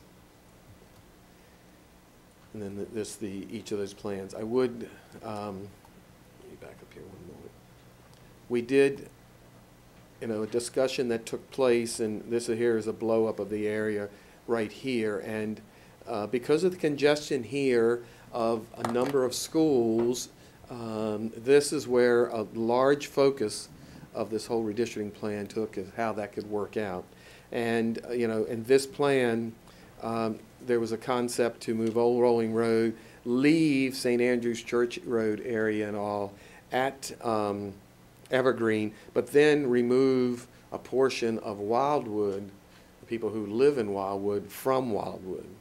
And the discussion was, trying to keep Wildwood as the total community and move this area, which is in this area, as the first phase of relief for Evergreen, and then look at this other area as the second relief to the new school. The third meeting, again, it expanded on out to another Plan 5. We went through that, and I think the same process. Two things that happened at that meeting. Green Holly was able to truly establish what the state would see as the capacity there. We have a number of special programs there, and being able to adjust that. We have the Head Start just started recently there. So we were able to get a good, what the capacity would be there, because it was showing in our capacity charts of having 100 and some seats, when that was very difficult to find 50 seats if you went in the building because of the program needs. So we're able to adjust that down, and through doing that, everyone recognizing the programs and everything, then Green Holly was moved off and saying, well, we're not going to consider, there isn't really capacity there, so we won't be utilizing that as part of our plans. And also the committee took a complete review of these three plans back to the goals of saying, are we moving the least amount of kids, least amount of number of students, and all. So sort of right in the middle took, okay, let's see that we're still doing what we are set out to do. And so those plans, I'm not going to walk through each one of them, same concepts and discussions that I gave you on the earlier ones, all took place. From those, it evolved into the 6, 7A, 7B, 8, 9, and 10. At that point, we had talked several times to Mrs. Simpson about data and understanding how our active military moved into the community, what their stay there may be and all, so we would have that information. As we talked back in meeting 2, the concept of grandfathering was talked there. It wasn't put in writing. At this point, we were ready to put some thoughts together in the recommendations to the board. Without transportation has been a practice. We have grandfathered either incoming seniors, or if we did high school, we've done the 8th grade and we've done 5th grade during redistricting to allow grandfathering. So if you're in 4th grade and you're incoming 5th grade and you wish to stay at the school, we've done that. We did, we did do some grandfathering with about a 75 student move at the high school level, and we provided, very similar to our STEM and all, we provided hubs. So we didn't do house to house, we did hub stops to assist if anyone wanted to do that. So that was there. Continued review, we heard from our community at that time that was present, and one of their discussions was the military housing. We talked about the grandfathering all at that time. The committee discussed Plan 10 as the recommendation in their final review, incorporated that into the recommendation, and so that each of those plans are in your package that was looked at along the way. And those are all online from past. This presentation will be on there once today's meeting's over. So with that, I'm going to turn it over to Mrs. Howe. She's going to walk through in a little more detail Plan 10 and the thoughts behind it, and then provide the recommendation that's being provided to you. We'll get to it at the end, but today is really just providing you that overview of things. We do have the public hearing on it that we'll present similar to this and take the public comment to you, and then in February an action would come to you. Mrs. Howe.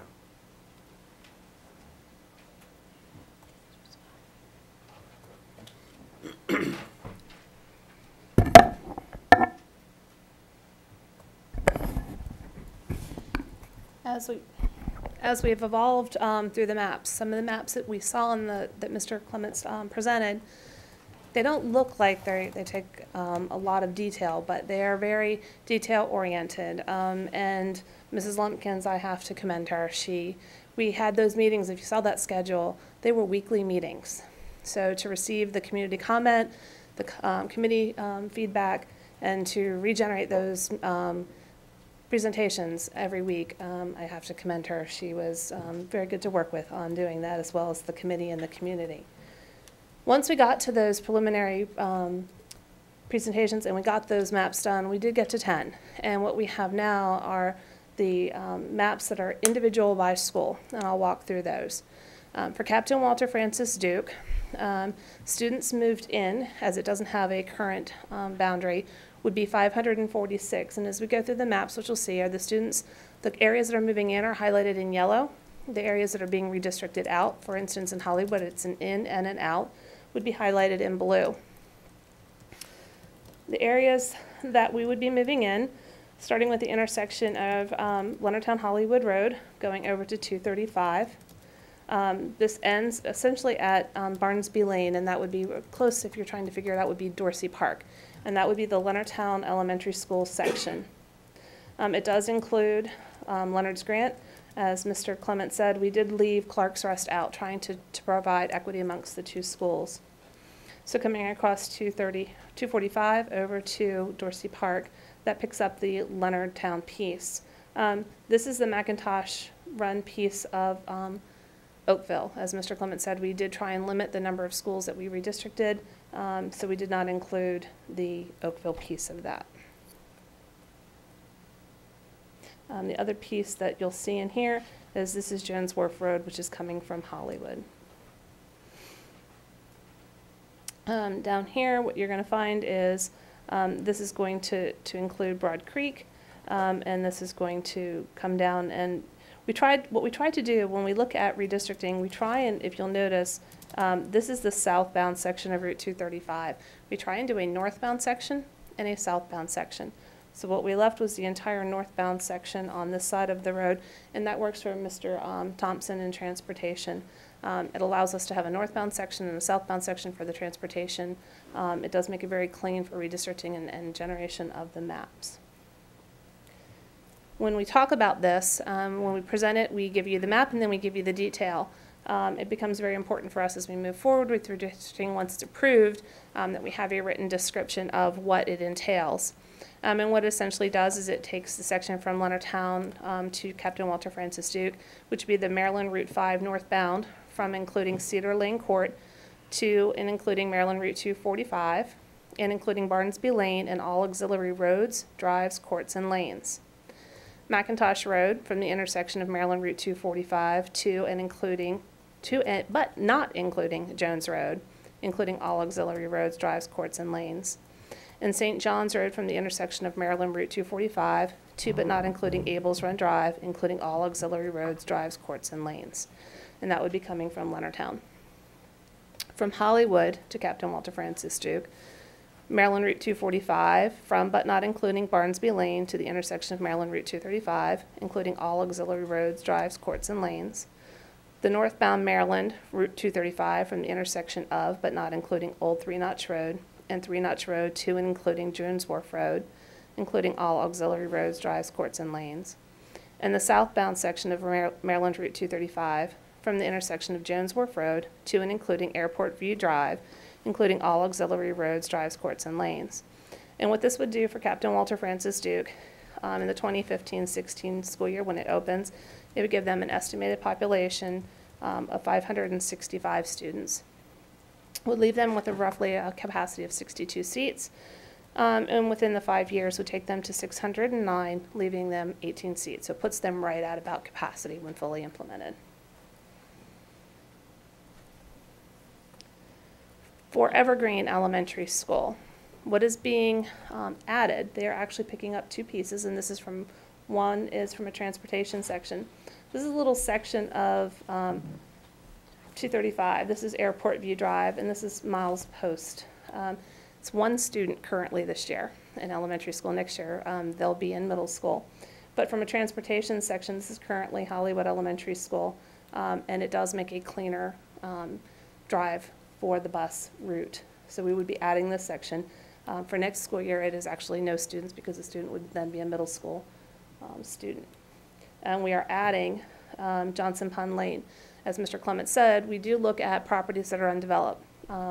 This currently is where St. Mary's Crossing subdivision is proposed. It's currently an undeveloped parcel and currently is zoned to Town Creek. But as we look at it, as Mr. Clement said, if this is Indian Bridge and this is a St. Andrews section of Evergreen, and we're looking to move this to the future as a second wave of redistricting in the future, it would make sense that we would have want to take this parcel from Town Creek and put it to Evergreen so that it would make sense to move it in the future as part of another redistricting. So we're trying to clean it up a little as we go now. What would be removed would be sections. This is the Old Rolling Road, Barefoot Acre section. This is the Columbia Colony, First Colony section, and then X is a little section on Route 235 that is all that commercial area where Subway and all of that little commercial section is. So this would give us that Route 235 section. You'll notice that this is section Y in here, and that is going to remain at Town Creek. Kim, what's in section Y? Is that the Settlers Landing apartments? Yes. Okay.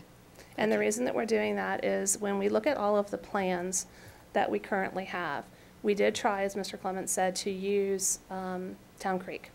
We wanted to look at early on, if you look back at some of the plans, we tried to look at Sans Souci going to Green Holly.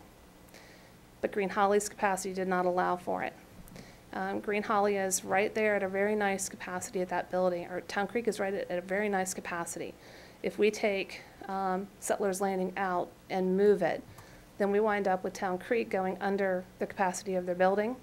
To put anything back, we don't have anything in the surrounding area that's of a size. Everything is too large to go back into Town Creek, and then we overcrowd Town Creek. We did have very many iterations. I think there were 4 or 5 iterations that we looked at in plans that tried to utilize Town Creek in a different way by being able to create a plan here where this entire section went to Hollywood. But in doing so, because one of the other pieces you'll see is the Route 4 section going over is currently split between Hollywood and Town Creek. And to clean that up and to move it, then we would take all of the capacity needs and lower it at Town Creek. So it became a very big challenge of how to accommodate that. So at this point, we've left Sans Souci with Town Creek, and we're leaving this with them, so we're leaving Town Creek alone. Oops, sorry, I went too far. There we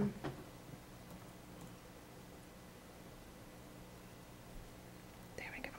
So from Hollywood Elementary School to Evergreen Elementary School, they would be getting the southbound section of Maryland Route 235 from but not including Airport View Drive to and including Airport Road, including all auxiliary road drives, courts, and lanes. From Town Creek Elementary School to Evergreen, Johnson Pond Lane, including all auxiliary roads, drives, courts, and lanes. From Evergreen to Hollywood, southbound Route 235 from the intersection of Maryland Route 4 to and including Old Rolling Road, and all auxiliary roads, drives, courts, and lanes. Maryland Route 4 from and including the intersection of FDR Boulevard to Maryland Route 235, excluding the Settlers Landing development. What this does for Evergreen Elementary School, if you look at the 2015-16 school year, they're projected to have 818 students, 204 seats short. Under the new plan, this would take them to 699 and leave them 85 seats short. So it does start to get them back closer to where they need to be. And in the future, if we look out to the 2019 school year, they would have been 257 seats short. This would take them to 109 seats short. So it does afford them some relief. It's 166 total seats changed.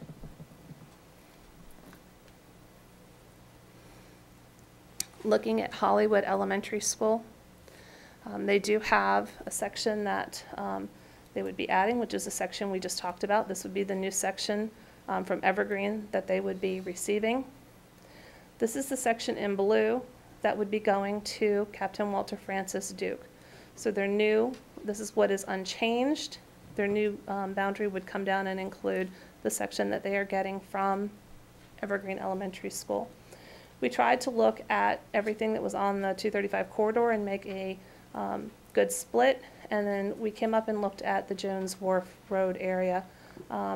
That was a topic of a lot of discussion because there was some discussion, and this is where we excluded the discussion of Oakville. In the Oakville plan for those students to come to Captain Walter Francis Duke, Jones Wharf Road would have needed to have gone up to Oakville to refill the capacity. So really it was moving students out and moving students in. And we did exclude that because it was just moving students when we were able to move this section to Captain Walter Francis Duke and achieve the same result. So we have the 235 section starting at Jones Wharf Road and coming down to Airport View. It does include the Broad Creek area and Jones Wharf.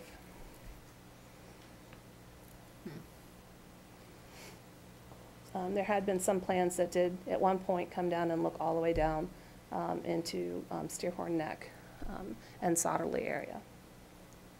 So from Hollywood, they're going to Captain Walter Francis Duke. It will include the Maryland Route 245 corridor from, but not including, Barnesby Lane to the intersection of Maryland Route 235.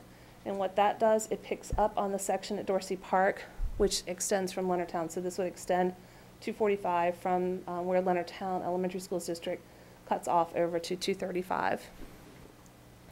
Including all auxiliary roads, drives, courts, and lanes. The northbound Maryland Route 235 from the intersection of, but not including, Old Three Notch Road, and Three Notch Road to and including Jones Wharf Road, including all auxiliary roads, drives, courts, and lanes. The southbound Maryland Route 235 from the intersection of Jones Wharf Road to and including Airport View Drive, including all auxiliary roads, drives, courts, and lanes. From Hollywood Elementary School to Evergreen is the section that we talked about, which was the southbound section of Maryland 235 from but not including Airport View Drive to and including Airport Road, including all auxiliary roads, drives, courts, and lanes. And then from Evergreen to Hollywood is the southbound Maryland Route 235 from the intersection of Maryland Route 4 to and including Old Rolling Road and all auxiliary roads, drives, courts, and lanes. Maryland Route 4 from the intersection of Route FDR Boulevard to Maryland Route 235, excluding Settlers Landing. And for the 2015-16 school year, Hollywood was projected to have 549 students, 63 seats short. As a result of the students that would be moving in and out of Hollywood, they would have a new student enrollment of 499 students and be 13 seats short. Projecting this out in the future, they would go to 605 students and be 119 seats short in the future. Looking at Leonardtown Elementary School, this is the section that we've talked about several times, so I won't go back over, but this is the section that they would be removed and going to Captain Walter Francis Duke. And as we've discussed, that is essentially the Route 245 section over to Dorsey Park, and that does include Leonard's Grant, coming down to Cedar Lane. For the 2015-16 school year, Leonardtown Elementary School was projected to have 792 students, 209 seats short. With the proposed plan, that would take them to 460 seats and leaving them 123. And that seems like a lot, but the reason that we've left them those seats is that they will be retaining Clark's Rest. And we need to leave them roughly 100 to 115 seats for Clark's Rest in the immediate future. Right now there's 7 students in there, but they're actively doing construction. So we're anticipating that need and leaving those seats for them. One of the things that we know in the future, as Mr. Clements talked about where the next elementary school could go, Piney Point's district comes right up to here. So one of the things we can do is continue to look at this area here. As Indian Bridge goes, we could look at St. Andrews Church Road and we could go from Piney Point down to the new school, and Leonardtown could go to Piney Point. So that could be a continuation if we become overcrowded as a result of Clark's Rest or continued development in Leonardtown. Town Creek Elementary School remains the same, with the exception that they would be losing PP, which is St. Mary's Crossings development, which currently does not have any students. They remain projected for next school year of being 7 seats short. As Mr. Clements talked about, one of the things we did look at, and it's an opportunity here that we did have, and I thank Mr. Thompson for his leadership in bringing this out, was to be able to look at feeder patterns. What you see is the proposed redistricting that we have, and what's outlined in red is Leonardtown Middle School's boundary line. And when we looked here, this section here, which was Hollywood, went to Hollywood Elementary School, but then came to Leonardtown Middle School. And under this proposed plan, when we looked at it, it was an opportunity to look at the area that we chose, which was the Hollywood section, would now go to Captain Walter Francis Duke, and as a collective school, they would then go to Leonardtown Middle School. So instead of being split between going to Hollywood and then going to Leonardtown Middle, they would go to Duke and go to Leonardtown Middle with all of their peers. We did have that opportunity to look at it, and this did make a lot of sense, which was one of the added values of bringing Plan 10 forward. We did have some community response about middle school redistricting. There was some hope that we would do it this time, which we're not because we don't have capacity, but this does at least address some of the feeder pattern issues that we have. The demographics of the plan, when we look at it, this plan moves one of the least amounts. Some of the plans were close to 790. This plan actually moves 694 students. Captain Walter Francis Duke would receive 526. For Evergreen, they receive 1 student in, if it were this year. Next year, that would actually be 0. 167 out. So remaining unchanged would be 657. Hollywood has the most change in and out because they are the pass-through school as a part of this redistricting. They will receive 167 new students, and leaving to go to Captain Walter Francis Duke will be 227. Remaining unchanged for them will be 312. Leonardtown Elementary School will be redistricting 300 students to Captain Walter Francis Duke for a total of 694 students. Out of the student population, 2,218 will remain unchanged. So it was one of the least that we looked at.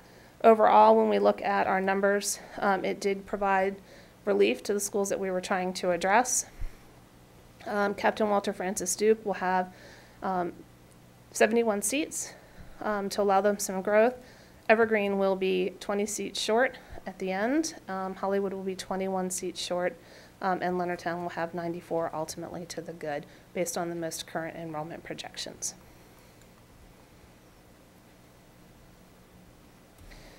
So the recommendation that came forward after reviewing all of the data came with some additional comments and additions to it. The recommendation was to submit Plan 10 to the interim superintendent and the board as the proposed redistricting plan with the following considerations. Based on the continued growth at Evergreen Elementary School, do not allow transfers into the school except as outlined in this recommendation, and that's consistent with where we've been with the continued growth at Evergreen. Grandfather all rising 5th grade students affected by the redistricting effort without transportation for the 2015-16 school year, utilizing a special form and process developed by St. Mary's County Public Schools. And that is consistent with what we've done in the past redistricting. We've worked with Dr. Ridgel, and we've had a special form that we've used for that. And then provide support for students of active duty military families within the Evergreen, Hollywood, and Leonardtown Elementary School communities by grandfathering students who currently attend these schools through the end of the 2014-15 school year and their siblings without transportation for a 3-year period through the 2017-18 school year. Students and their siblings will be able to attend the school based on the registration for the 2014-15 school year. There was a lot of discussion amongst the committee of not just the impact on the students that are currently there, but on their siblings as well.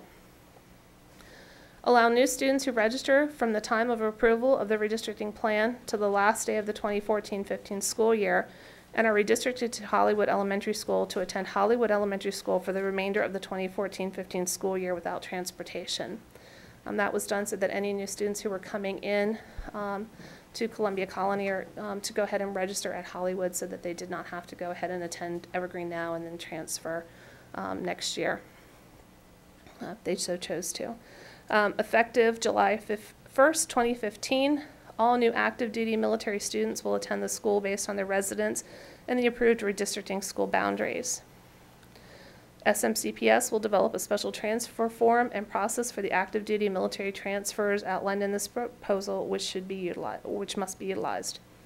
In order to address transportation resources, the Sunshine Daycare Center will be limited to continued transportation service to Benjamin Banneker Elementary School and Leonardtown Elementary School as currently served. And school start times will be finalized as a result of the approval process and establishment of new bus routes. It is anticipated that the start time will be between 8:15 a.m. and 8:30 a.m. for Captain Walter Francis Duke Elementary School, and between 8:30 a.m. and 9 o'clock a.m. for Leonardtown Elementary School. Based on the approval of a redistricting plan, Mr. Thompson and his staff will complete the actual bus routes and be able to nail down the exact start times for the schools. I apologize, I have a cold. So that is the recommendation that is proposed from the committee. I'll let Mr. Clements take over. So with that, board members, it brings us to the information today. I know this was long, but trying to summarize all the work that took place, it needs to happen for our policy. We need to provide it to you as the way Mrs. Howell just did. So public hearing on the 27th at 5:30 p.m. and then February 11th, an action item would come back to you with that. So with that, this is information for today, and if you have questions, we're happy to take them. Mrs. Crosby, do you have any questions? No. Me? Oh, Yes. I thought you said Mrs. Washington. No. Do you have any questions? No, I don't. Okay. Mrs. Weaver? Unusual. I do. From what I understand, well, first, thank you so much for putting this together, because I know it's been a long process and a lot of people working hard on it. From what I understand, there is a support at Evergreen for the military. Is that support also going to be, they are transferring to, was it Hollywood? Hollywood. Will that support also be there for the military? I don't want to put Mrs. Simpson on the spot, okay. but she has. You want to share it? Yeah, she can. She shared with the committee, and I could share what she told us. But if she would like to, you want to come up? Not breaking protocol. That's good. Sorry, I was. Come on, No. Miss Simpson. She's good with the military. I think you can say it better than me. I will do my best to articulate. Good morning. For those of you who have not had an opportunity to meet, I'm Dawn Simpson, the school liaison officer from the Naval Air Station, Patuxent River. And I did attend those committee meetings, and I shared with them the Military Family Life Consultant, we refer to as the MFLAC, that is positioned at Evergreen Elementary, is there based on the numbers of military families there which they can support. That is an asset of the Department of Defense, and we do have the ability to move that counselor or share that counselor with other schools based on the need. So when I have a better understanding of what the complete military numbers will look like at Hollywood or at Leonardtown or even at Captain Walter Francis Duke, we will have the opportunity to reposition our existing MFLACs at those schools or again share with Evergreen. I was at a meeting yesterday where I learned there are additional MFLACs that can be assigned to the Naval District Washington, which includes Pax River, if the need so warrants. So that's an ongoing process for us. Those requests will have to go up our chain from Pax River up through Naval District Washington and CNIC to relocate and allocate those assets, but we will need numbers of military-connected families specifically to accompany those requests. Okay, thank you. We do have them at other schools currently as well. We focus primarily on the elementary school because that's been the topic of conversation here today. But we do have a military family life consultant at Spring Ridge Middle School. We also have one at Great Mills High School. So we have 3 in our in our schools right now, that we can, again, amongst those, we could even divide out their time at other schools if the need warrants, and if the principals are willing to accept them into their communities. Thank you very Could much. Could I just piggyback on that? So do I understand then that this consultant is, or this counselor is a Department of Defense employee, not Yes. a St. Mary's County No. Public School employee? Correct. They are Okay. the Department of Defense contracts for these employees across the Navy enterprise. And we have 3 of them here in our system, and we have an MOA on file between St. Mary's County Public Schools and the actual contractor. I'd be interested, I don't know about anybody else, but at some point in the future, this is the first I've heard of this. Right, I agree. And so I would really like to hear more about Oh, this. absolutely. And I think that would be can do it. fantastic thing to So bring if back. that meets with everyone else. I agree. Okay, so if we have this counselor that's at Evergreen, is he or she able to be easily moved among the elementary schools, or is that like a bunch We of share government staff red across, we share we share, that's it. We One more share time. staff across elementary schools as a matter of practice, so it's 1 day, 2 days, 3 days. So And yes, ma'am, and that's at our discretion to do, again, based on numbers, because they are positioned to accommodate or augment the counseling services that are provided by the school system. They're there strictly to work with military-connected children in the schools, so our numbers have to substantiate the need for those. So yes, we can, it would not be my intent, because I know that military housing is still going to feed into Evergreen, so I expect those numbers to still be quite large at Evergreen through Challenger Estates and other private homes in Wildwood that have military families. So I suspect our counselor will remain at Evergreen, but what we can look at doing is either splitting that time between Evergreen and Hollywood, or again, if the numbers warrant and we have the opportunity to receive another position that we could place full-time at Hollywood, or split between Hollywood and Captain Walter Francis Duke. So we can take a look at augmenting those services in a number of places, or even taking, all of them right now are positioned full-time at their current schools, but we can also look at splitting the time with the 3 that we have and sharing that out with other elementary or middle schools in need. So yes, we can definitely share that, or again, request additional full-time MFLACs for our community. Thank you. And what is that full-time number for Evergreen that substantiate having one full-time person? Well, and there's not a minimum number that substantiates it. When the request came down for us to have the military family life consultants, I submitted a list of the schools that had 45 to 50% military-connected children in their population. There were 13 schools on that list, and then 3 were provided to us. And at that time, I was putting them under the impression that I had to put them at one individual school. So we selected an elementary, middle, and high school where our base housing fed into. So I know Evergreen has close to 50% of their population is actually active duty or military connected. So what the movement of that section, because when I looked at this over Christmas break, and with that movement of that little section to Hollywood, does Hollywood have the military, and I'm not quoting you, I'm not asking or to hold you to it, but I guess my concern would be that would Hollywood then have the military number, or whatever the percentage is, or whatever the magic number is, to hit to enable that counselor to travel and be a part of that school community? I think that's definitely worth going forward. Again, I don't have specific numbers. I'm looking not for asking impact aid numbers yet this year to kind of get an understanding of what those numbers look like. And I understand, and I've not been given a magic number that must have a minimum quota to put an MFLAC in a school. I've not been advised of a specific cutoff number that we must have. Those were just numbers that I sent forward where I felt the greatest need would be. So I'm confident that we can go forward and arrange to have that there, whether again it's there at a full-time capacity or whether it's continued to be shared between another school. No, I don't. Thank you very much. I would just add off of that, I think that, initially, if we're doing the grandfathering, that, Hollywood's going to grow over time. And the other one, so this may not be, it may be a transition type thing as we understand the numbers and all as well. I just want to go back to that, when we talked about the grandfathering in the 3 years, which is the what we understood the assignments would be. We saw where we could let the additional students into Evergreen, and as the 3 years moved on, those seats would be replaced with the community that's growing out type thing and all. So it would keep it balanced. It wouldn't be that much over in the meantime. So I think as Mrs. Simpson talks, and we've talked before, we'll have to understand those numbers, then we can provide them to her and she can assist us.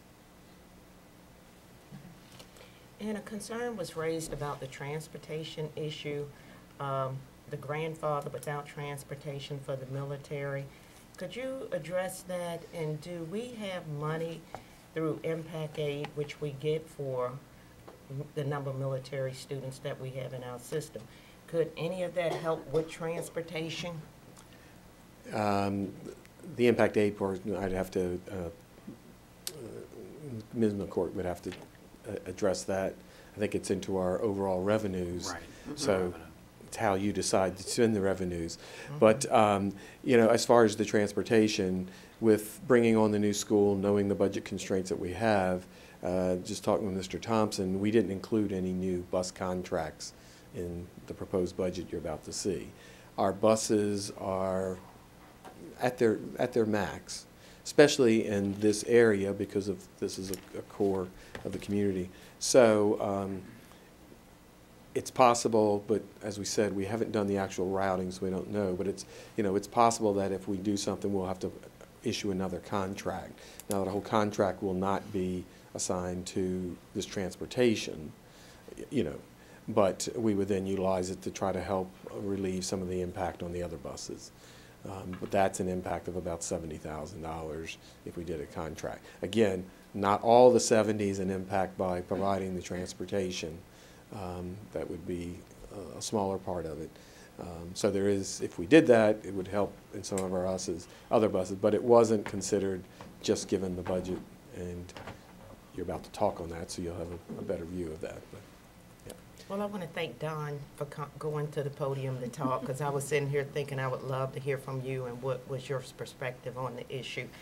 And I want to thank all the people that served as community representative, including the parents and the school system employees on the development team and the review team, because they have been working very diligently over a year to move this forward. And I want to thank Ms. Lumpkins, who provided daily and weekly support to bring this document in a specialized format. I mean, that was a lot of work. And it has been a very challenging process for you, working weekly and daily on this. And you have tried to address each individual concern by your chart, and that you have taken in consideration the military concerns, because they do face constant upheaval with their deployments and relocation. So anything you can do for them. I see the grandfathering, but it's without transportation. It was spoken that many of the military families, they don't have the resources. They have limited transportation. A lot of them are low-ranking enlisted people who don't have a lot of money, and they face many challenges, and a lot of them are very young families as well. It puts additional stress on them. So we'll see what we can do, and I know you, Mr. Clements, do all you can do to make things work, and your staff. So thank you for all the work that you have done, and I'm sure this will work out best for all students.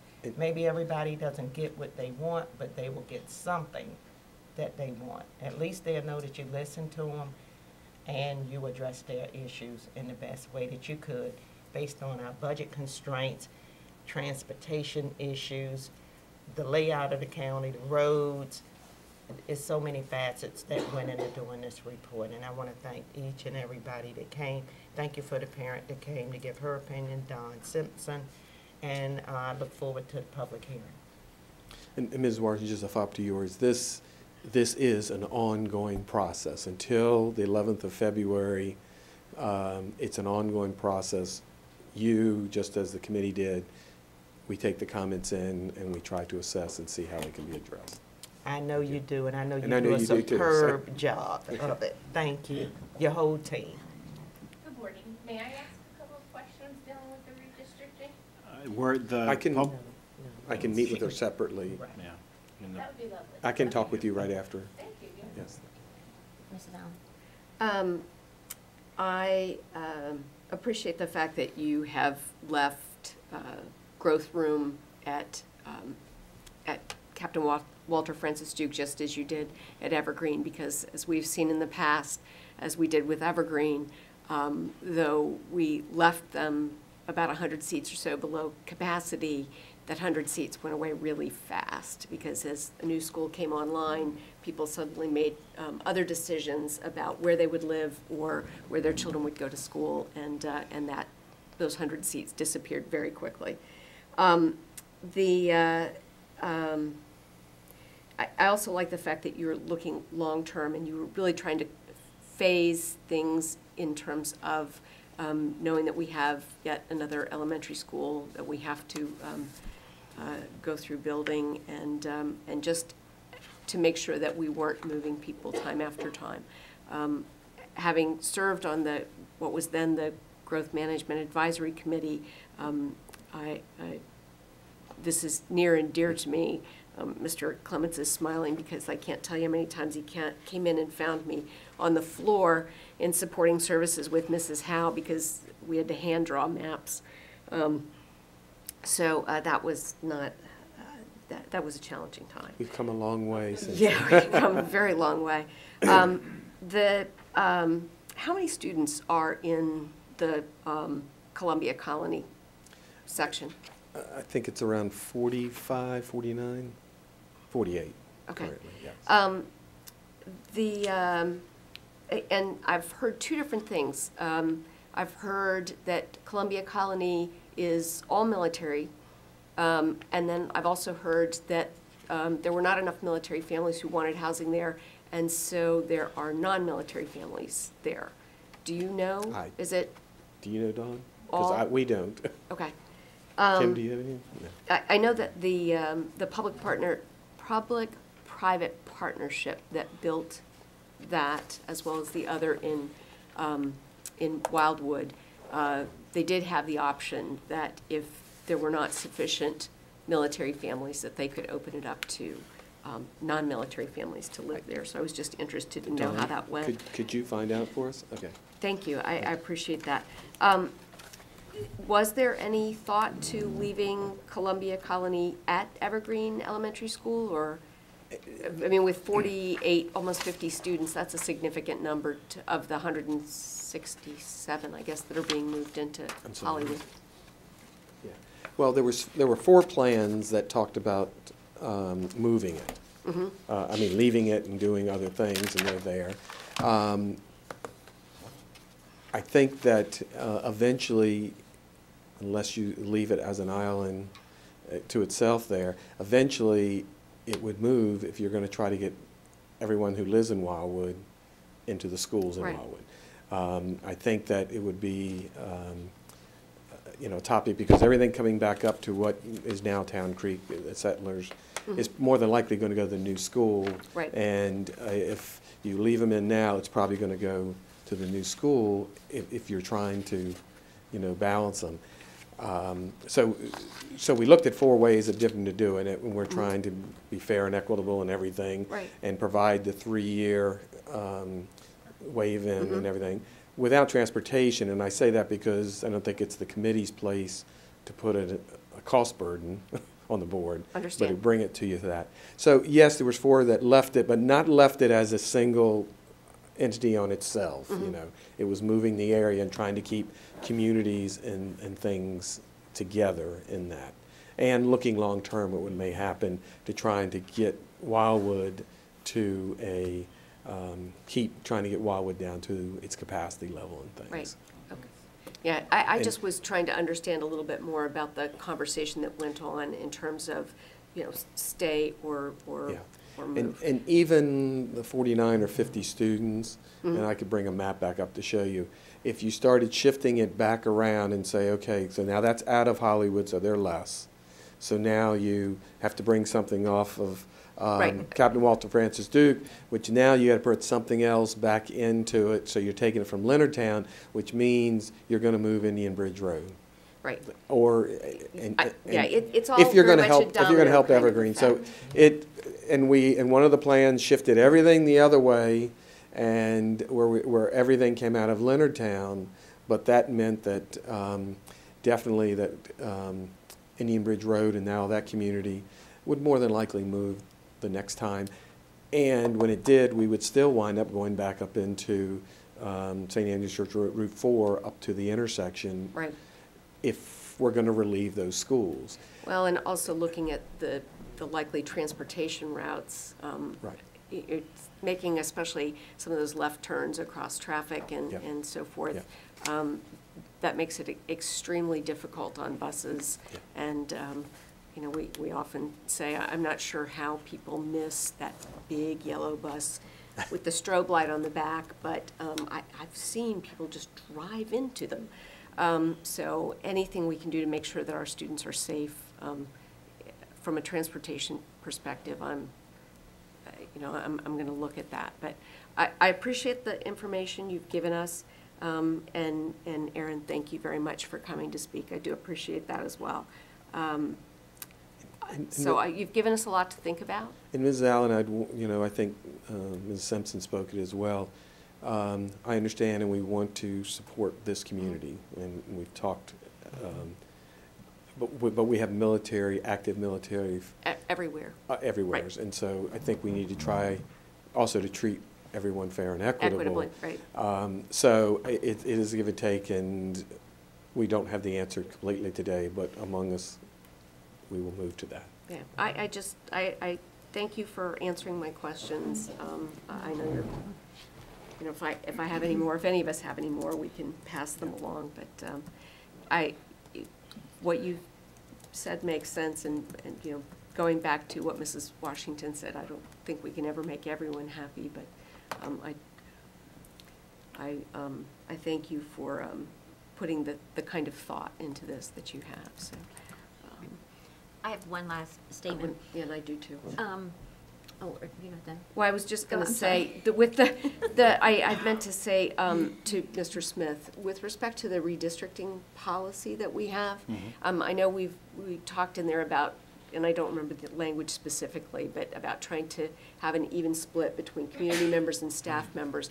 But I think that somehow we may want to look at that a little bit.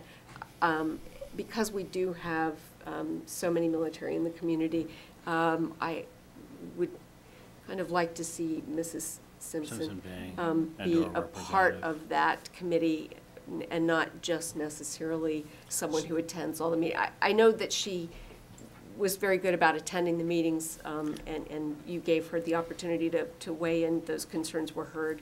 I think more so it would be a function of saying to the military communities that we've put this weight here by virtue of, we've even assigned a person specific to the committee. So at least something for us to consider all. And absolutely. I mean, early on, Mrs. Simpson spoke to me and said, you know, I don't often get people volunteering to be a part of this committee.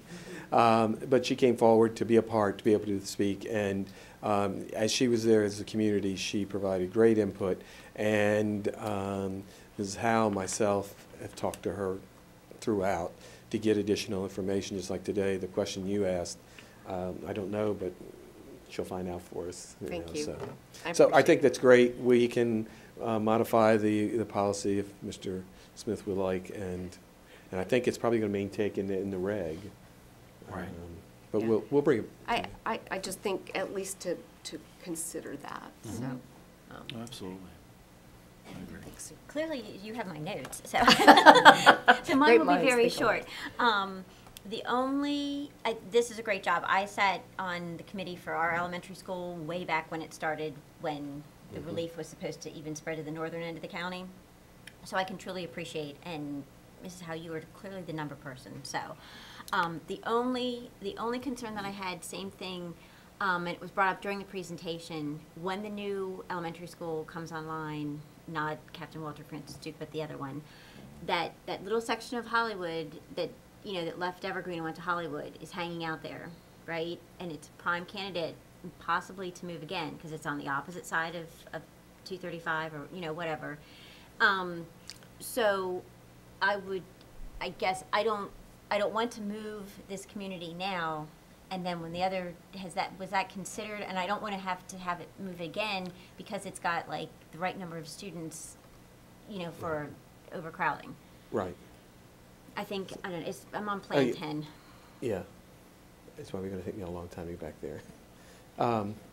But you're talking the,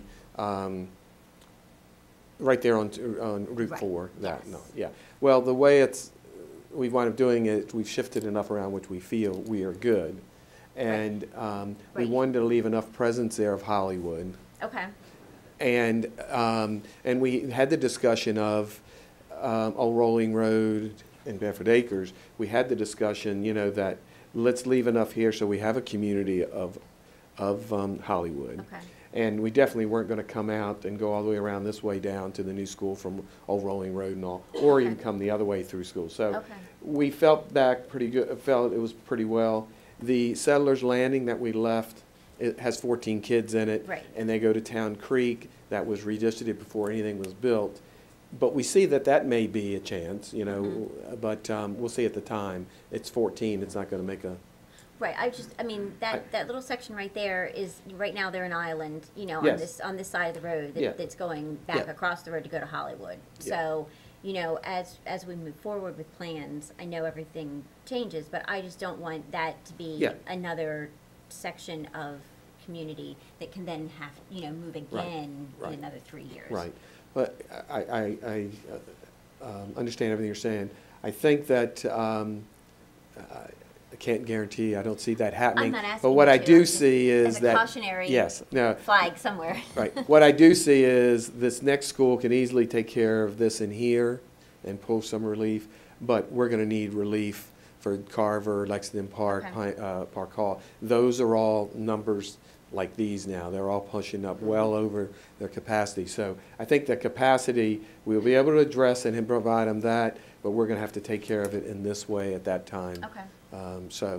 And then it would fall back to the second building on the Evergreen property. Core piece only has 312 students left in it from Hollywood. Yeah. So there's not a lot of growth left over there. So they really, Hollywood needs that piece for sustained growth in the future. Right, okay. Okay, I don't have any more. As I said, Mrs. Allen took a lot of my questions, so that's good. Makes it short and sweet. Anyone Sorry. else? Just to conclude, thank you very much. I apologize for the agenda saying this would be a 15-minute item. I think it meant an hour and 15 minutes. We were unrealistic in our expectation to cover this in detail that we need to. This is information. January 27th is an opportunity for people in the community to come out and let us know exactly what you're thinking and what you would like us to do and what you would like us to consider. And throughout all of it, there's nothing that money can't fix. So there's nothing that money can't fix. So that sort of leads into the next items. Okay, Wow. hold on. I've had many requests for a 5-minute break. So I have signals going on. So. All right. Yes, my eyes are turning yellow, I'm sorry. So Certainly. if it is okay, we will take a break for 5 minutes 5-minute and recess. reconvene. Exactly 5 minutes. 5 minutes, that's Exactly it, 5 no minutes. more, no less. Where is Sandra?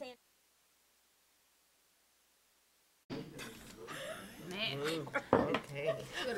Is that loud enough? Smaller. Okay. See? Okay, next on our agenda is the 2015-16 school operating calendar. Dr. Charles E. Ridgel III. It's all yours. Good morning. Good morning, or afternoon almost. A little bit left. Okay, today I bring forward to you for the first reading the school system calendars for 2015-2016. This includes the school system as well as the calendar for the Chesapeake Public Charter School. And Mrs. Fania, as the executive director, is here also in case there are any specific questions in respect to the charter school calendar. The committee membership for the school system included a very diverse group of people, 32 members total invited to be on the committee. Teachers, principals, athletic directors, accountability officers, executive directors, supervisor of assessment to check all the testing, supervisors of instruction, supervisors of special ed, students from the St. Mary's Association of Student Councils, parents from the County Council of PTAs, and representatives from each of the associations, ESMIC, CSMIC, and the newest SMASA. The calendar proposed to you on this first reading meets all of the parameters that are set forth. The number of days, 180. Also a reminder that there are requirements in respect to the number of hours. Elementary schools and middle schools must be open 1,080 hours. High schools 1,170 hours. It ensures all the testing requirements for testing windows, all of that. Provides time for professional development as well as time for professional responsibilities. Keeps the Wednesday start date to make that easy transition with a starter week in terms of school schedules, bus routes, all those kinds of things, and meets all the requirements for the state mandated holidays. The list of state mandated holidays are here. We have to be closed Thanksgiving the day after, Christmas Eve through January 1st, Martin Luther King Jr. Day, President's Day, Friday before Easter through the Monday after, Memorial Day, and all primary and general elections, except there are no general elections in the 15-16 school year. We also have the much discussed federal holiday of Labor Day as well. So the proposal put forth would then have, for the school system, teachers reporting on Thursday, August the 13th, the identical calendar to what we are using this school year. Classroom preparation would then be the next day on August the 14th, so teachers could work in their rooms and then be ready for open houses that would come the next week. System professional development then on August the 17th, teachers on duty on August the 18th. The charter school is proposing a similar format, but their dates being all a week earlier. That would put the first day of school for us, just like this year we were August the 20th, it would be August the 19th next year. Charter school would then be on August the 12th. This shifting is actually putting 13 days prior to Labor Day. Labor Day, then we would be closed September 7th. We would then be closed for the County Fair Day, Professional Day. We would have then on September 25th. We would keep the Parent and Guardian Conference Day on Columbus Day. Since it is a federal holiday, many parents are off from work. Makes it real easy for them to be able to come to school and have the conferences on those days. We would close for the MSAEA convention. It would be October the 16th, Friday the 16th. All school systems in the state of Maryland this year have closed for that except for two, Garrett and Allegheny in Western Maryland were open this year. We would then be closed for Veterans Day on November 11th. Thanksgiving would then be the Wednesday, Thursday, Friday, November 25th to the 27th, with schools reopening on Monday, November the 30th. It would keep the long winter break just as we have had this year, with schools being closed December 21st through January 1st, reopening on January 4th. It would keep the Professional Development Day that we're having today. Yay. Would put it on Friday, January the 15th, 2016. That also marks the end of the second marking period and the first semester. It would go into Martin Luther King Jr.'s birthday, which was next year's Monday, January the 18th. This would again give a 4-day weekend for families. President's Day would be February 15th, where we would be closed. Spring break would remain similar to what we have this year, 10 days, including the weekends. So it would be March 21st through the 28th, reopening on March the 29th. Primary election day, this is an extra slide I added in. At this point, we are set for the primary election today to be on Tuesday, April the 5th. The day we use for articulation day that includes professional development, professional responsibilities, collaborative planning, and all would then be Friday, April the 29th. This, of course, is also a designated day if we need it as a makeup day for inclement weather. Memorial Day then on Monday, May the 30th. The early dismissal days to allow staff time for collaborative planning. You can see there how that time is built into either early dismissal days or professional days for both the school system and the charter school. The early dismissal days for professional responsibilities first comes at the end of interim times, report card times, and so forth.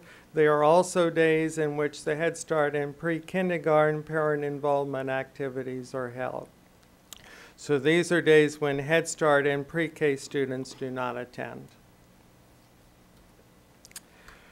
The charter school also has early dismissals built in for the professional responsibilities related to writing the narrative report cards.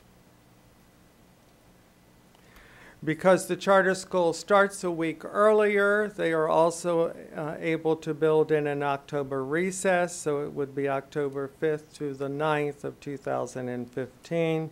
They would have the same winter recess, the same spring break as the other schools. The last day for students then that includes 5 built-in days for inclement weather in the event we need them. If we don't need them, then they're backed out. So for the school system as well as the charter school, that would be on June the 14th. 14th would be an early dismissal day.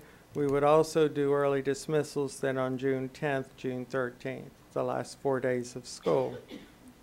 In the event we did not need to use the 5 days for inclement weather and we had 0 days inclement weather, schools would close on June the 7th.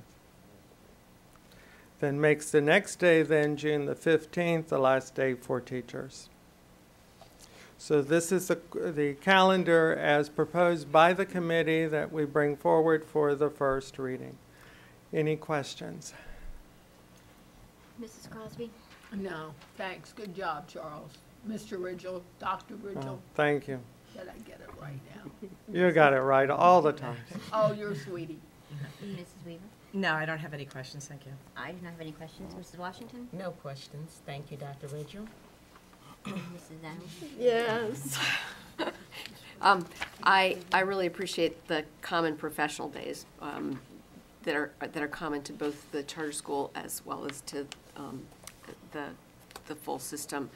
I think I said this last year. I'm a little concerned about ending school on a Tuesday because that Monday and Tuesday it's a half day. I'm not sure that.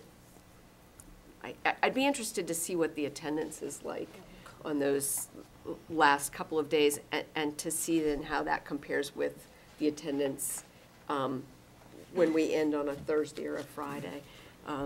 Just kind of. And I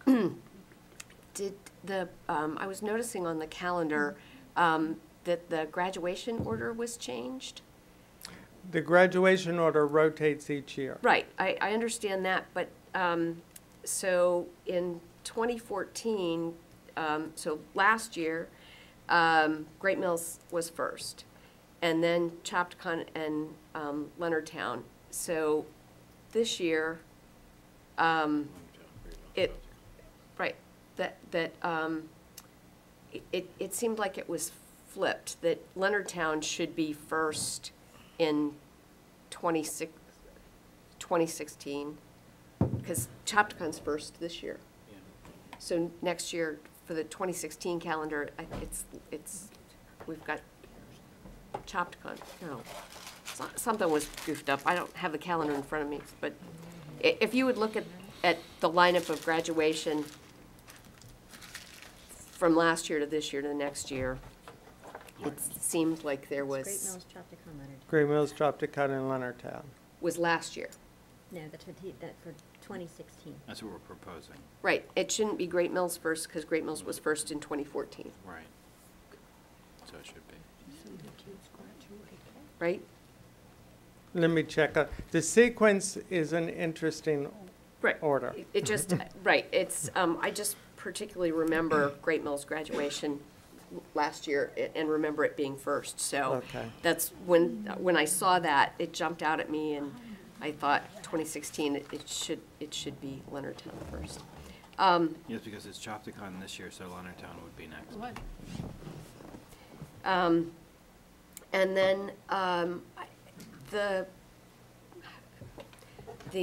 there's a lot of conversation right now about moving school not to start until after Labor Day. And a couple of things occurred to me. Number one, because I read yesterday that Comptroller Franchot has indicated that school wouldn't end any later. It would still be early to mid-June. So there are only really 2 professional days in there. He thinks we're going to get rid of those professional days or move them somewhere. I'm not sure. But that means Christmas break gets dropped significantly, as does spring break. And but if I could ask Mrs. Funya, who is the principal of the charter school, have you had any conversation or have any understanding, charter school starting back early in August, is this policy likely to apply to the charter school as well? And given that a big part of the importance of what you're doing is to kind of stretch out those 180 days so that students have less downtime and less time to lose what they've learned. Any thoughts?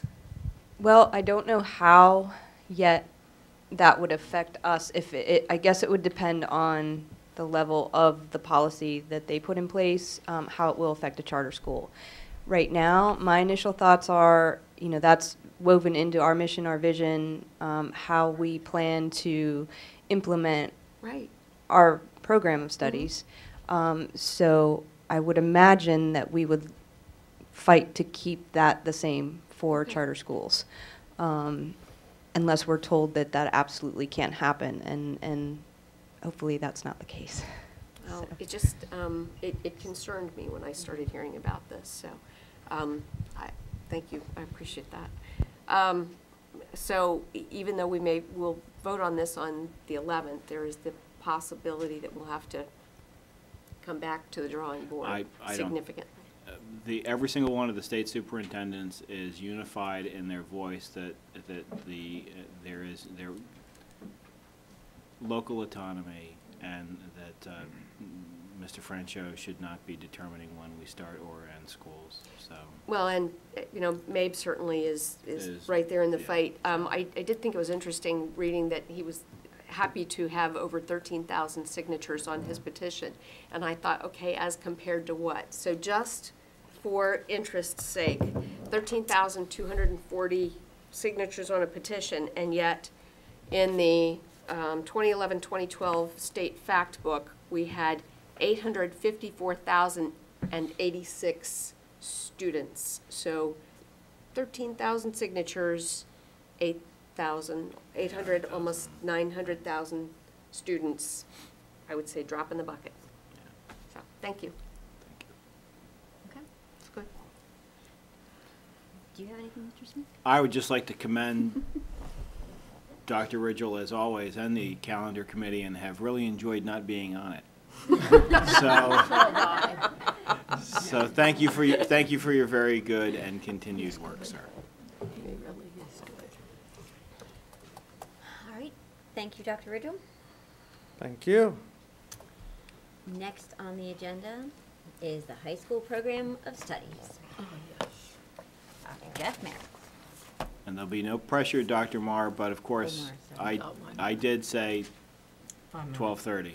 And I made your 5 minutes before. Yes, so you were I'm handily, good. sir, handily. You might be able to have that extra 2 that you didn't use before. Very good. I will do He's my banking best. them? Okay. Nice. Nicely done. I like it. Well, good afternoon. It is my pleasure to present the recommendations for revision proposed by the Committee of Teachers, Supervisors, and Parents who are part of the group to present any revisions to the high school program of studies. And per policy IGA, we bring any changes to the program of studies.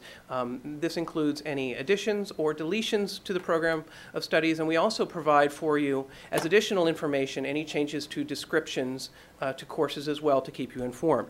So today we have our first reading. In 2 weeks, we will have the public hearing before the board meeting on that Thursday. And then on February 11th, it will be back again to you after we've taken all the feedback from you today and from the public to bring it back forward for action on the 11th of February.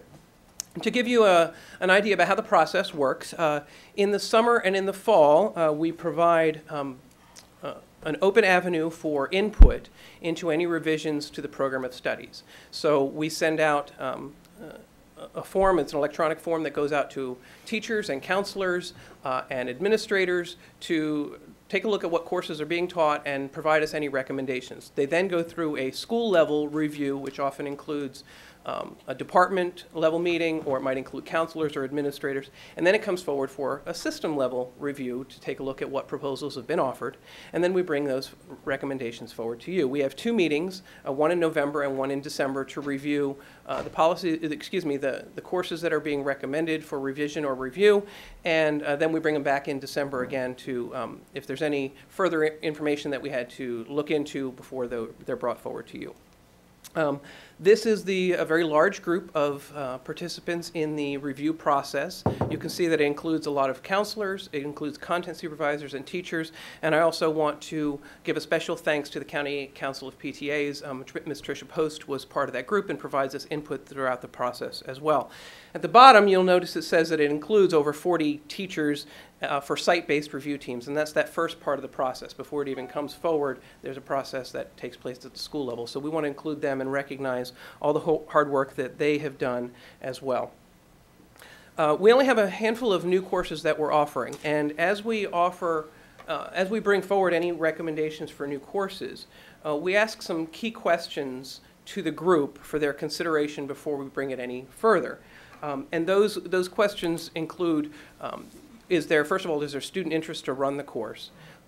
Is there a cost associated with the course that is not built into the budget? And sometimes there's courses that are provided through grants, et cetera, that we can provide. Are there scheduling options that can be considered? So that's why it's really key to have your scheduling administrators as part of this committee as well, so they know what effect it would have on the schedule. So these are the courses that the committee brought forward. Last year, we introduced the completer pathway of the Teacher Academy, which was really looking at students who have an interest in becoming future teachers. We offered the first course as a pilot last year to gauge interest, and we had over 40 students who are taking the class this year, which is a tremendous success in terms of an initial offering for a course. So we bring forward then the next courses that would complete this completer sequence, and it would be a CTE completer pathway for students as part of this process. So that second course, Teaching as a Profession, would be where these students who are currently enrolled in the first course would go next year. And then the latter 2 courses, Foundations of Curriculum and Instruction and the internship, would be for that 3rd year. So we ask for your approval in this cycle so that those students know where the next path is going to take them in that 3rd year. The next course is as we look at the sequence for mathematics, we have a number of students who are coming in as ninth graders who really want to accelerate their pathway. They might be coming into Algebra 2, but really want to be able to complete, say, Calc BC by their senior year. So this next piece is a double-blocked offering that would provide Algebra 2 first semester and pre-calculus the second semester. So by the end of a single year, those students can complete 2 math courses. Another course that's being looked at for mathematics is Common Core Algebra 1 Seminar. So for a number of students who are in Algebra 1, there are some students who might struggle with the content and need some additional support. This seminar would provide that extra time for them to work on skills and have a little bit more time with the content so they can continue to be successful. It also might be a precursor for the required transition courses for the PARCC assessed classes that we're going to need to bring forward in next year's cycle. The next 2 classes are taking an existing class, AP Economics, and splitting it into 2 courses. Currently, we offer just 1 course in AP Economics. However, it's assessed in 2 content areas by the College Board, AP Microeconomics and AP Macroeconomics. By splitting it into 2 specific courses, students can really concentrate on that content and take the 1 test at the end of the year. We're hoping that students will have a greater success on the AP exam, and this is one of those where students have struggled because they've been doing 2 contents in a single year. And then the last course that's here as a new offering is Chinese 5. We've been piloting it this year, and really it takes students who have entered, there are a number of students who start Chinese 1 at Leonardtown Middle School, then they come in, and by the time they're a senior, they've completed the options, and this allows them to take that 5th year, and it really is a combined class within the schedule. So there is room, and again, it is being piloted this year with students in it. The last course is really not a new entry into our program of studies, but we wanted to bring it forward to you for information. We have a number of students who are accelerated in mathematics, and when they get to their senior year, they find themselves at a point where they've gone beyond some of the curriculum that we've offered. So we've been working with the College of Southern Maryland, and they offer a course, Calculus 3 Multivariate Calculus. And so we want to make sure that we advertise this option for our students, taking advantage of the dual enrollment program at the College of Southern Maryland. And currently, we have over 200 juniors and seniors across the system who are involved in a dual enrollment program with the College of Southern Maryland, both on our campus and on their campus. So this would provide an avenue for students who have accelerated in their mathematics content. We have a number of courses that we're providing as we review the language and the prerequisites that are in the current program of studies. We try to see if it is suiting the needs of our students, if it is explaining the course well, if we look at the prerequisites and we find that students have a greater success if they come in with certain prerequisites. And the number of these science courses, the prerequisites are changing because of last year's resequencing of the mathematics courses. So it's really catching up to what we put in place last year. And mathematics, there's just a clarification in the prerequisite for that specific course. And on one of the attachments, I should say this, on board docs, you have the full descriptions for all of these. I know I'm being very concise on the PowerPoint, but you have all of it spelled out, and it's accessible to the public as well. There are a number of changes here in the Forrest Center and the CTE programs, and Mr. Egan is here as well so that he can help answer any questions if you have about those. But many of these changes in the titles for the CTE courses at the James A. Forrest Career and Technology Center are to align with the state-approved pathways for these programs. So we may have called it one thing, the state calls it another, so we're bringing our program of studies in line with those programs at the state. Within this, there's also a couple others too. For example, we've renamed the National Flight Academy the Patuxent River Flight Academy, and that really matches up with the language that's being used in the program and recognizing the local partnership for that. The Academy of Health Professions 2-year program, right now we have it as a 3-year program. By offering it as a 2-year, we just changed it. We have a Course 1, a Course 2, and Course 3, and for the 2-year program, the sequence changes a little bit, so we're retitling those. They're existing courses. It would just be retitling them Academy of Health Professions Introduction to Health Professions and Capstone Course, rather than calling them 1, 2, and there's a 3rd course as well in there. Some description changes, again, in some of the career and technology courses, and again, the specific descriptions are outlined in the longer document. For English, these course descriptions were changed to align with the new Maryland College and Career Ready standards. Prior to that, the language of the course had been aligned with the high school assessment program, and since that program is going out and Park is coming in, the language of the courses has been adjusted as well. In addition to that, the grade 9 and 10 honors courses, the teachers of those programs brought forward this proposal specifically, looking at their course as it provides preparation for students as they get into grade 11 and 12 advanced placement courses. And so part of what you see in the description is a description change that explains that to the students who are entering the program. And part of it is also just putting it right in the title, too, that says this is a pre-AP course. In mathematics, similar to English, providing some description changes to align with the new Maryland College Career Ready standards. And then you also see some of these that are slight title changes. For example, in the college preparatory algebra, calling it college algebra and trigonometry. And that course has a specific partnership with CSM, so students have articulated credit there. So that course is really co-written with the faculty at CSM. In science, the descriptions have been changed, similar again to the changes in the standards, this time the next generation science standards, but again articulating the expectations of the course. The 4 STEM courses you see there, the teachers of those courses brought forward specific language changes in those descriptions because as the STEM program has evolved over these 8-9 years, the content has evolved as well, and so they wanted to articulate the changes in those course descriptions. As a result of the high school assessments fading out, the HSA prep class for intermediate algebra, that course is no longer required, and the biology HSA course similarly is not being offered. It's currently not enrolled and has not been enrolled for the last couple of years as well. So those are the changes we bring forward for you. I want to recognize again, the number of people who you saw on that previous slide who were part of the who really brought forward these recommendations as the committee. Typically, we would have supervisors who would be here to assist. They're obviously out doing professional development along with the teachers too, but I'm happy to take any questions you have and any that I could bring back to the committee or to the content folks. Mrs. Crosby? No, I don't, but thank you. That was very good. I have a load, and I'm sorry. So for the sake of time, I have typed you up my questions. Okay. I'll be happy to and some take them. information for you. All right. So, but for public sake and people watching, I will read through the questions and try to be quick.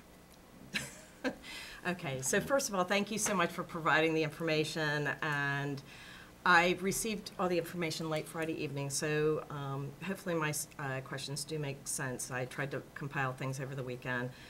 And I know that you and the group has put many countless hours in, gathering information and putting together what they believe to be a good curriculum. But I do know that some of and I'm going to say like the teaching, maybe was envisioned under the prior administration. And I know that because you've been meeting for several months to gather us together, I know that you'll have the answers to this, but like I said, I'll provide you with my list of questions, and if you wouldn't mind with your group, just go ahead and filling everything out and then getting it back to Mr. Smith. Absolutely. So he can give it to Ms. Bailey so we can distribute for all of us. Okay? Okay, so my questions are Chinese 5. I would like to know the number of students who are in 9th through 11th grade and eligible to, you don't have to write it down, I've got them all typed out for you. Just Always taking notes. Okay, I'm sorry. Everything's right here. All right. Eligible to take Chinese 5, the ones that are not graduating. A list of the universities which require 5 years of foreign language as an academic requirement for a freshman. Is this instructor that will be teaching Chinese 5 also certified in other teaching areas? I do know that I tried to Google colleges that require the languages. The most I came up with was at 3, and it was recommended. And I know our requirements are 2 for the going towards for college, and your Academy of Global International Studies has 4. Okay. The macro-microeconomics. Will these 2 courses be offered at all 3 high schools? If they are only offered at one high school, will the students in the other 2 high schools have the opportunity to take these 2 courses? If these 2 courses are not offered at all 3 high schools, will transportation be provided so that all students have the opportunity to access the course? There are numerous courses listed in the back of here for the high school programs of studies, and where it also where you could also get credit for graduating. And I know CSM's in there with all other colleges and tech centers. These courses cross over to fulfill the graduation requirement. What is the process for having a course that is currently being taught at a college or tech center being approved by MSDE? I'm not sure if they're the ones who do it, but if so, what is the process? I did Google, and that for the advanced placement, for the macro biology is offered at CSM.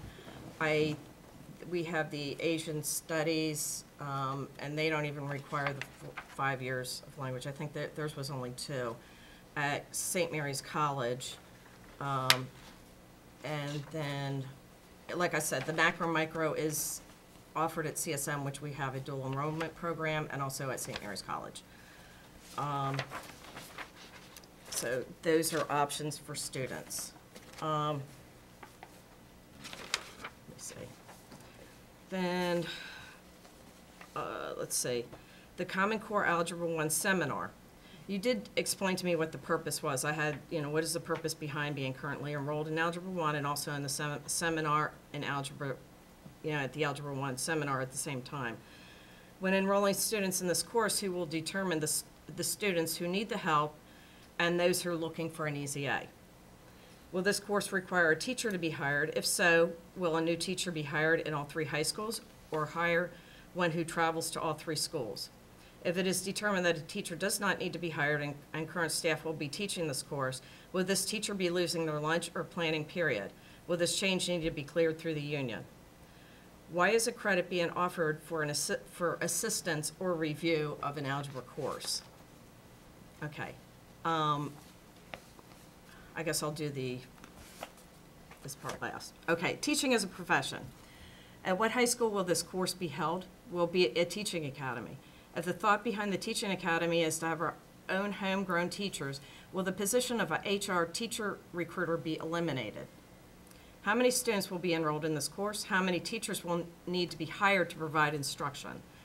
Education Academy internship has listed that each student will have an opportunity to integrate content and their knowledge in an educational area of interest and have the opportunity to apply their knowledge under the supervision of this mentor teacher. If the student chooses RPE elementary teaching, will this teacher be mentoring during their lunch or planning period? Will this need to be cleared through the union? I want to know, is that going to take away from that teacher's time? How much mentoring time will this pull this teacher away from their own current duties and responsibility? Once again, will this have to be cleared through the union? Will a substitute need to be provided during the class time in order for this teacher to mentor? Will the content which is taught by the student be information that will be on a test and be required that other students will have be required to know? When a student is extending their knowledge to the class, how will they adjust their teaching or provide the content to a student who has a 504 or an IEP? By law, the teacher may not provide another student or students the 504 or IEP information to the student that is currently student teaching. While the student is in the role of the teacher and there is an incident requiring disciplinary action, how will you proceed? Will this high school student teacher be disciplined as a student or staff? Will the school need to purchase insurance for the high school student teacher during the internship for any type of incident which may occur? Transportation for teaching as a profession. Do we currently have enough buses to cover the transportation? And I think that was answered earlier by Mr. Clemens that said we are stretched to the limit. If not, how many buses would be required? Would these buses be bought by the school system or contracted? How much will the cost of gas for transportation be? The cost of maintenance, driver salary, and benefits. Insurance costs for each additional bus. How much instructional time will be lost for students traveling from a different high school? And then I just asked to please provide the estimate for the 2 schools, since you're probably, I'm assuming, just going to have it at one, just like a estimate time frame, how much learning time will be disrupted. Independent studies, which I did find on one of these. It was independent for science, but I do know that you have independent for many, like English and math. The independent courses, like I said, are they independent study courses taken by a student who has gotten a C or below? Is the independent study course in any of these subjects used for someone who's working on a bridge project for graduation? Biology high school assessment review. That's another course. Provide a better explanation as to the purpose behind the class. What is the class trying to accomplish? If the class is being listed as a review, why are the students being given 1 credit to review a class? And then the vocational center, the aviation class experience, I know that you were changing the name. I could not find that course description in here, and that will probably be related to you. Now, I guess my, hang on, let me just make sure. Okay, so, because I thought we were having the meeting on Wednesday, I did Google, not Google, I emailed Dr. Gottfried, and who's the president of CSM, and Dr. Harris, who is the vice president over here at Leonardtown campus. And like I did say that I am an adjunct at CSM, so I do receive the students. And I know that I have concerns sometimes. But I did ask them to put together a list of, and I'll explain my, I'll tell you my questions. The number of the students in St. Mary's County, and because we had basically a two-day turnaround time, so he couldn't break it down any further because of that short period of time. The number of the students that are first-time students enrolling, that are in St. Mary's County enrolling in CSM. And, okay, and that was, the latest statistics he has was fall 2013 semester. It was 582. The students that were enrolled, there's 582, that had to take at least 1 developmental course for the fall 2013 or spring 2014, 314. That's 54%. Students failing at least 1 course during the fall or the spring was 249. Students completing no course, so in other words, they withdrew or it was not, incomplete. That was 59. Students in this group who did not return in the spring of 2014, 143, and students who did not return that following fall was 259. I guess my concern too is that I guess for me, what I'm seeing is I would really like to focus on bridging that gap and really focusing on what we have and making it better so that when the students do decide to use their money and take a chance and go to college, that they are not failing, not having to take developmental courses, even to take that first credit course. I think that we're doing a disservice, by sending students out there that are not ready, and then they don't return back to college. And this is just CSM, so I'm sure that, if you go to a 4-year college, I'm sure that you're going to see the same type feedback. So those were my long list of questions that I really feel in order for me to make an informed decision, a sound decision for the students, that these questions need to be answered. And not just for, because of, the transportation, the gas, everything. That's more money cutting into the budget, and we don't have a very big budget to work with. So I know that you did an enormous amount of work to get to where you were or where you are, and that I know that you probably have thought of most of these questions and would really like to have you provide back to the board some information so we can make a better decision. Absolutely. Okay. Thank you. Okay, that was speed reading. Mrs. Washington? I don't have any questions, but you do raise a lot of good questions. Mrs. Weaver, thank you.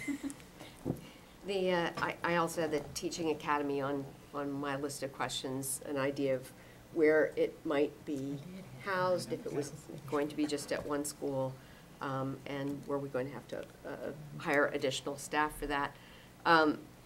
With respect to the rest, I just noticed that there wasn't consistency in referring to different things in terms of the Maryland College and Career Readiness Standards versus the Common Core state standards.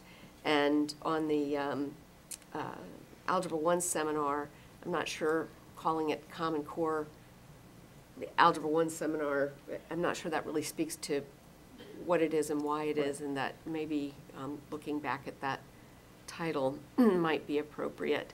And then for the Physics 1 prerequisite, it was on page 3 of the document. Under science, it changes how the prerequisite should read. It says a minimum of a 3.0 average in geometry and concurrent enrollment in Algebra 2 or completion of Algebra 2 required. So are you saying what that means is that we might have students sometimes we have students who double up in their math class, and so right now the sequence goes geometry and then Algebra 2, right. And so they can be enrolled in both of those classes and be able to take the class. Okay.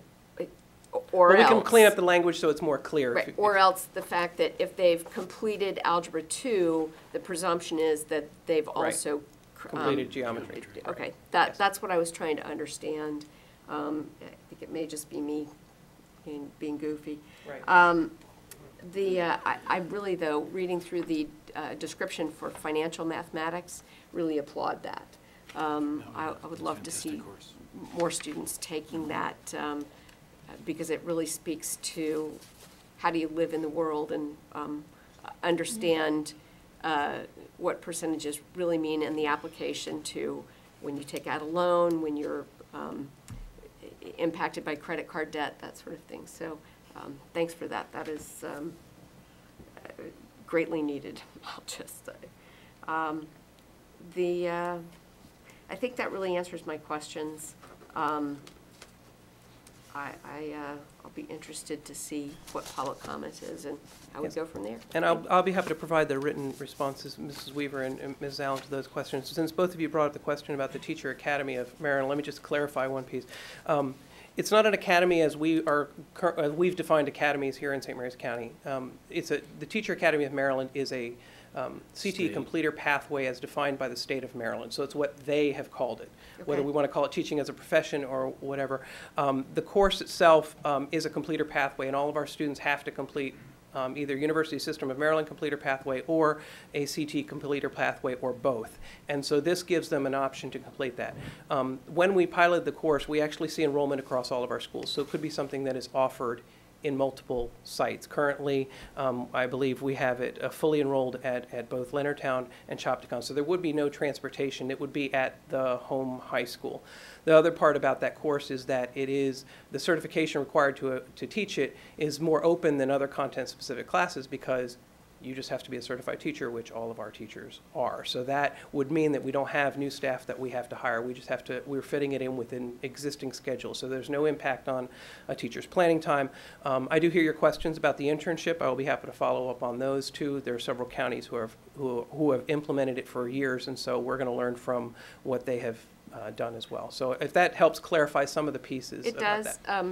you know, as I was looking at the internship for that particular piece, it did have me wondering how students would get to any particular school. I mean, if you're talking about 25 students in a class or 30 students in a class at the high school level, and then, you know, 3/4 of them want to be elementary school certified, the elementary schools, they can't all go to the same elementary school, in other words. So how will they, you know, how is it envisioned that students will get from the high school to that particular internship? So, thanks very much. I appreciate it.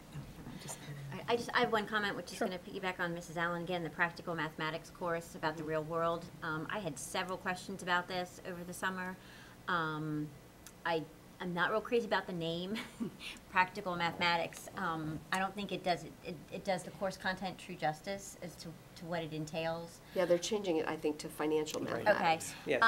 And then secondly, my question is, based on the requirements for someone who, for lack of a better word, is on a 4-year or college career track with all of the math that needs to be taken before graduation, does this class still fit in, that they still have time to do it, or are they so overwhelmed with making sure we get through calculus and trig that this is not an option for them? Every student has to take mathematics all 4 years, and so there is on one of the pages of the program of studies, and I can send it to you. I could bring it up here.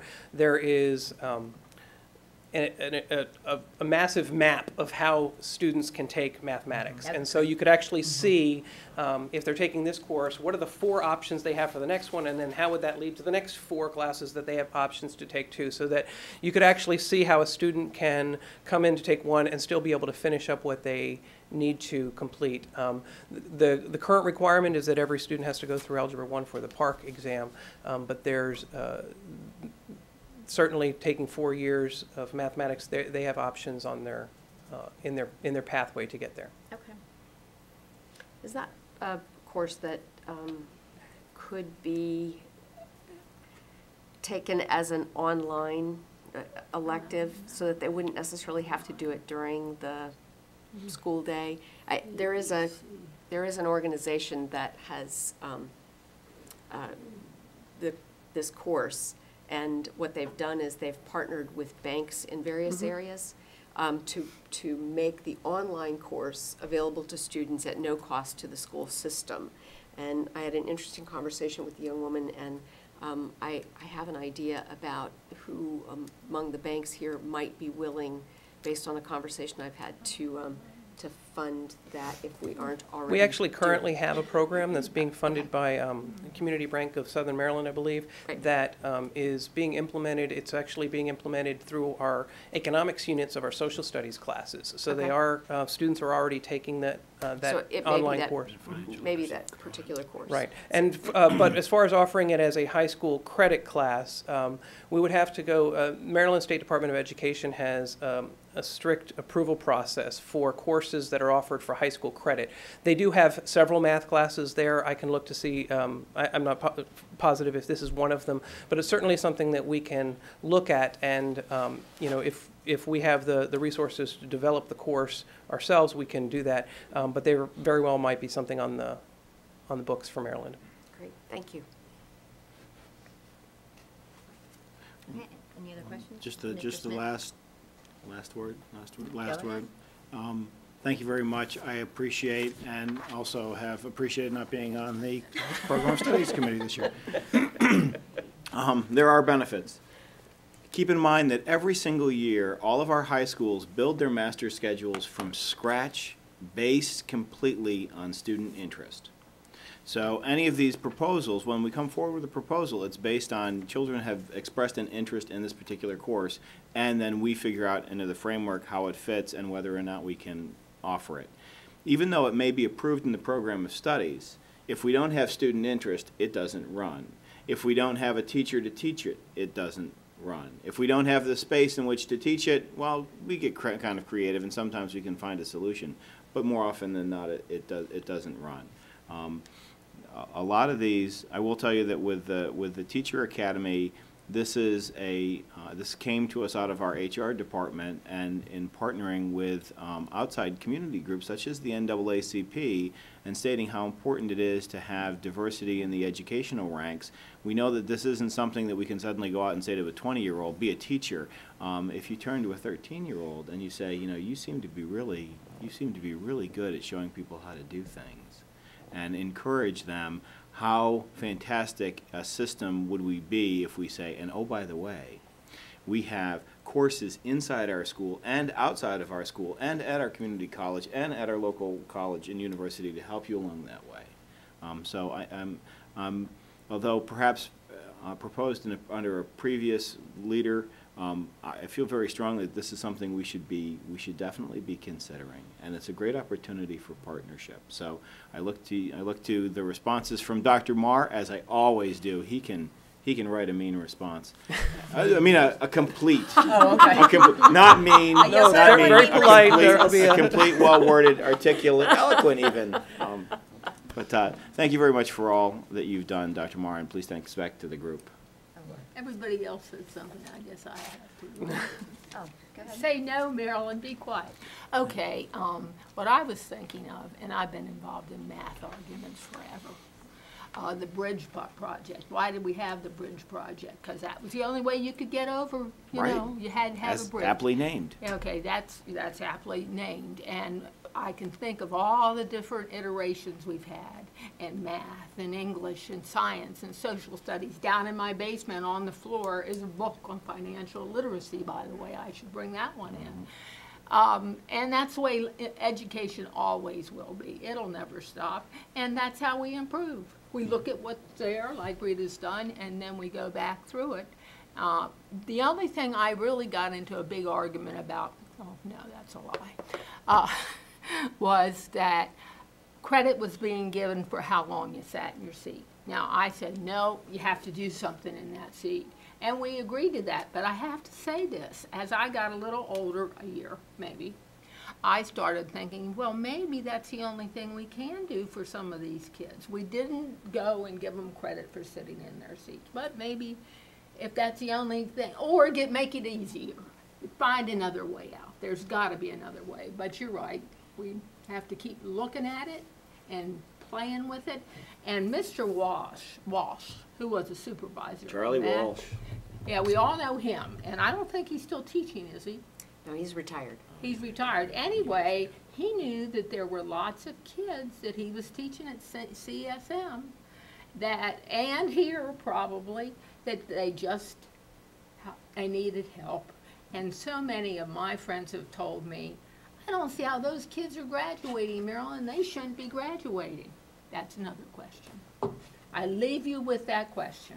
I tell you that our students and their progress through school are better documented than probably any other system, and if you wanted to see grades and work and credit earned throughout their entire time, I can give you educational records to demonstrate that they have not sat in their seat, that they have You worked get hard. an A, Mr. Smith. I'm just telling you, I love that. A+. And I just wish that when we talk about post-secondary success, So do you. we scrutinized our CSMs and our higher educations the same way that we do.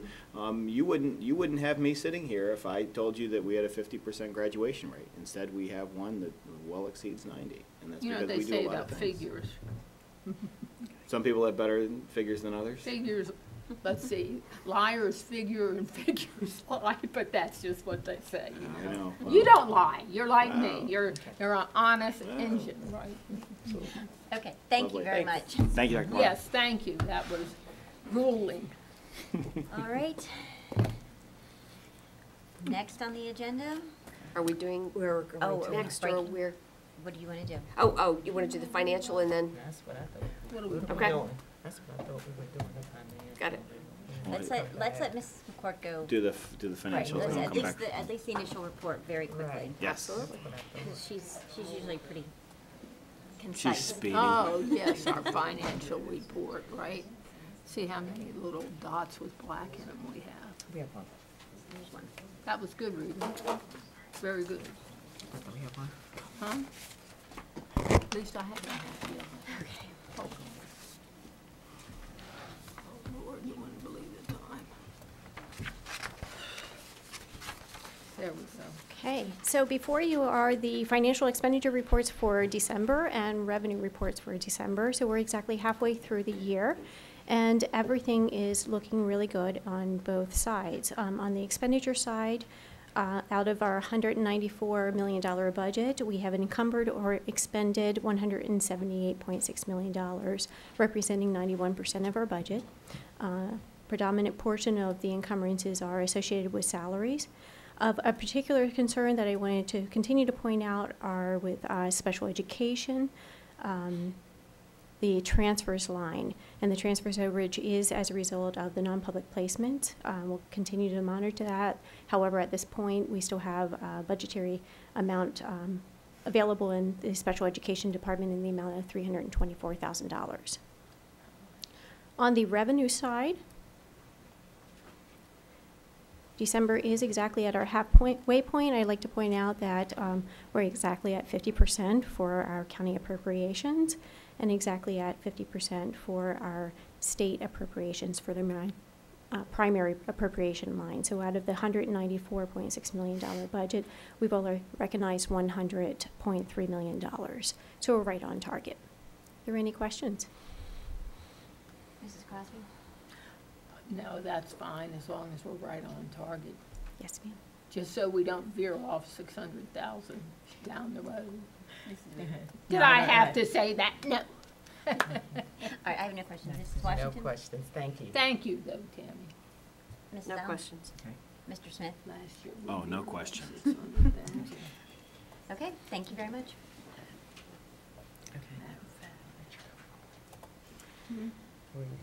Okay, so once again, we're going to suspend the meeting for lunch since it is 12:50. Adjourn. Recess. Recess for an Recess. hour, and then come back and have the much anticipated Budget.